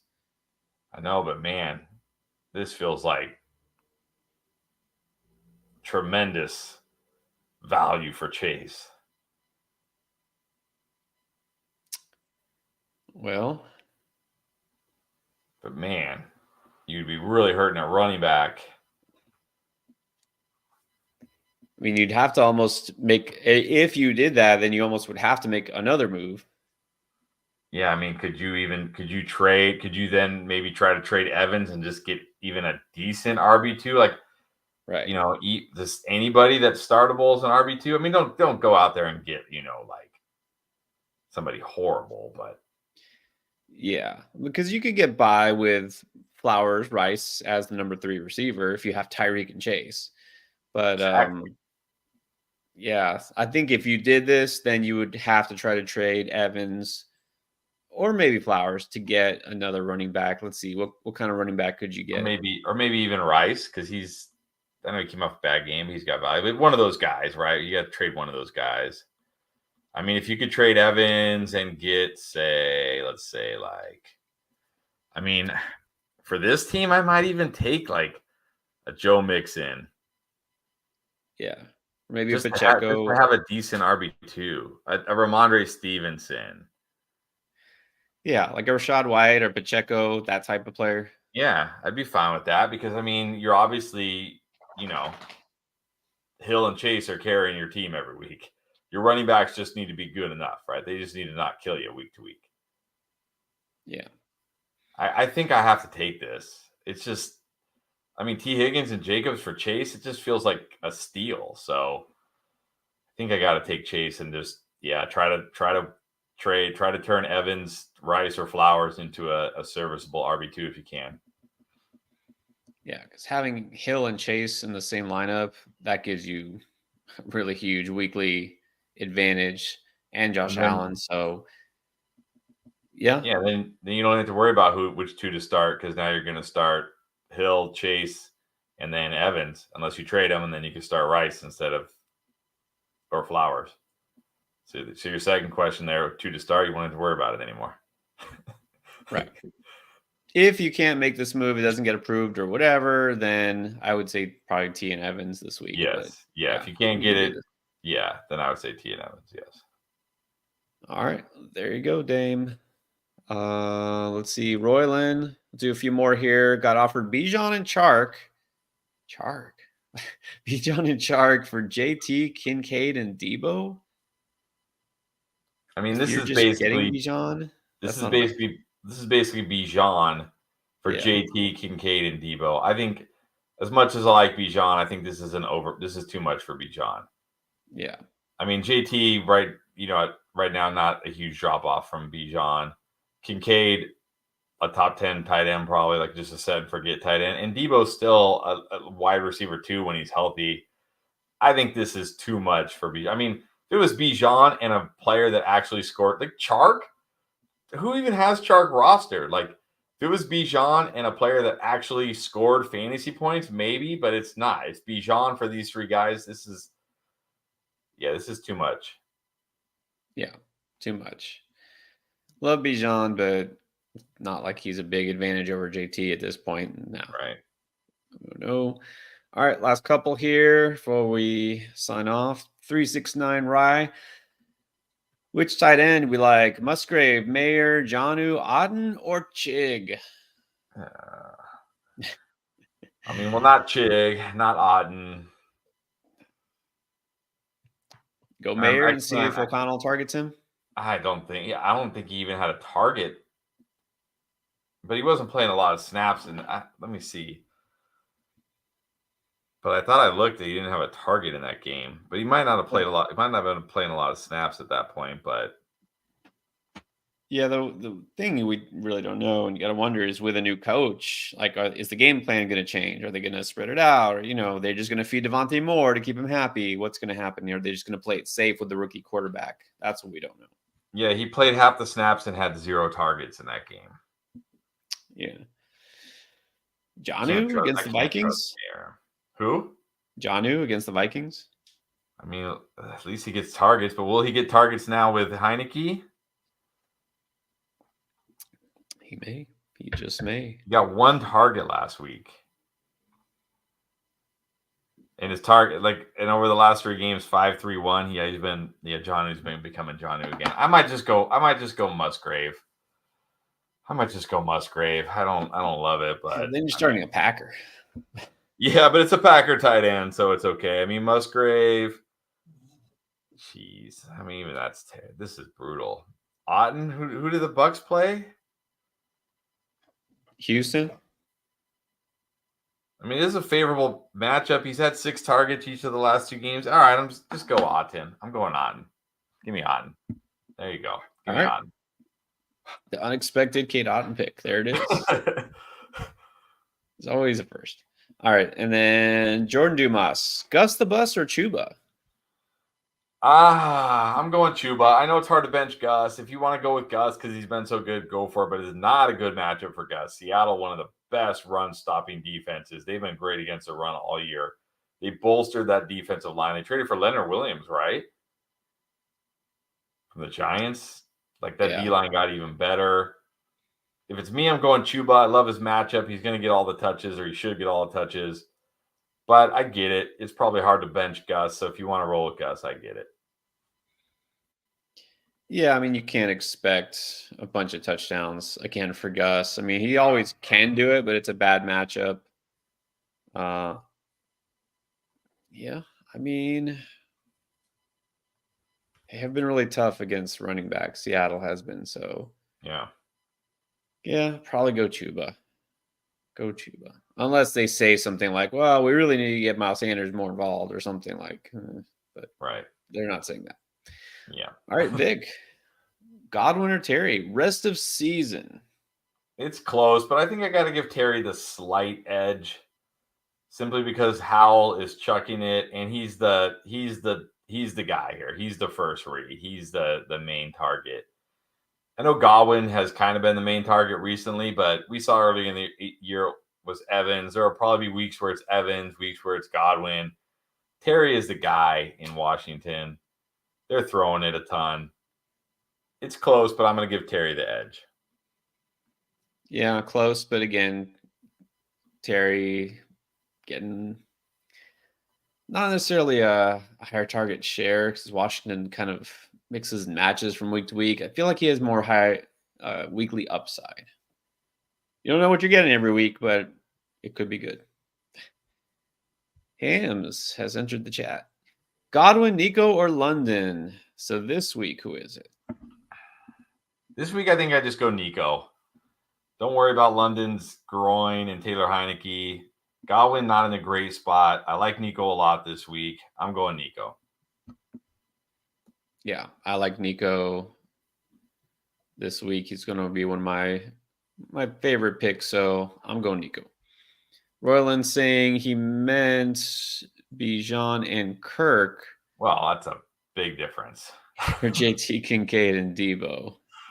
Might be able to get Bijan and Evans, but still, you like it though. I mean, I certainly like it a lot more. I think so. I think I still prefer Bijan to JT. I still prefer Kirk to Debo. I'm assuming you have another tight end for Kincaid. I think I'm reading this as you're getting Bijan and Kirk, but maybe you're not, because if you followed us all off season, you probably drafted a lot of Bijan and Kirk. So maybe. Well, yeah, he's saying he might be able to get Bijan for those. Okay, things. then So yeah, he's getting Bijan. I prefer the Bijan and Kirk side because I still prefer Bijan to JT, although it's close, and I still prefer Kirk to Debo. And Kincaid, again, I'm going to assume Kincaid is not like you don't need, like it's like you're not going to, like the last question we got where now you're starting Cade Otton because you don't have a tight end. If that's the case, then I'll take I'll just keep the Kincaid side just for that. But if not, I'll take the Bijan and Kirk side. Yeah, if Kincaid's a guy you don't need, he's just like on your bench for whatever reason, it's fine. It's close. I think it's close, but I just feel safer with Kirk than Debo because, with Debo, one thing you know is that you don't know. All right, last one here. Phil, would you trade Evans for Garrett Wilson? Probably not. I think I would keep Evans. I like Garrett Wilson a lot this week. I think he's having a great week. But he's still stuck with Zach Wilson.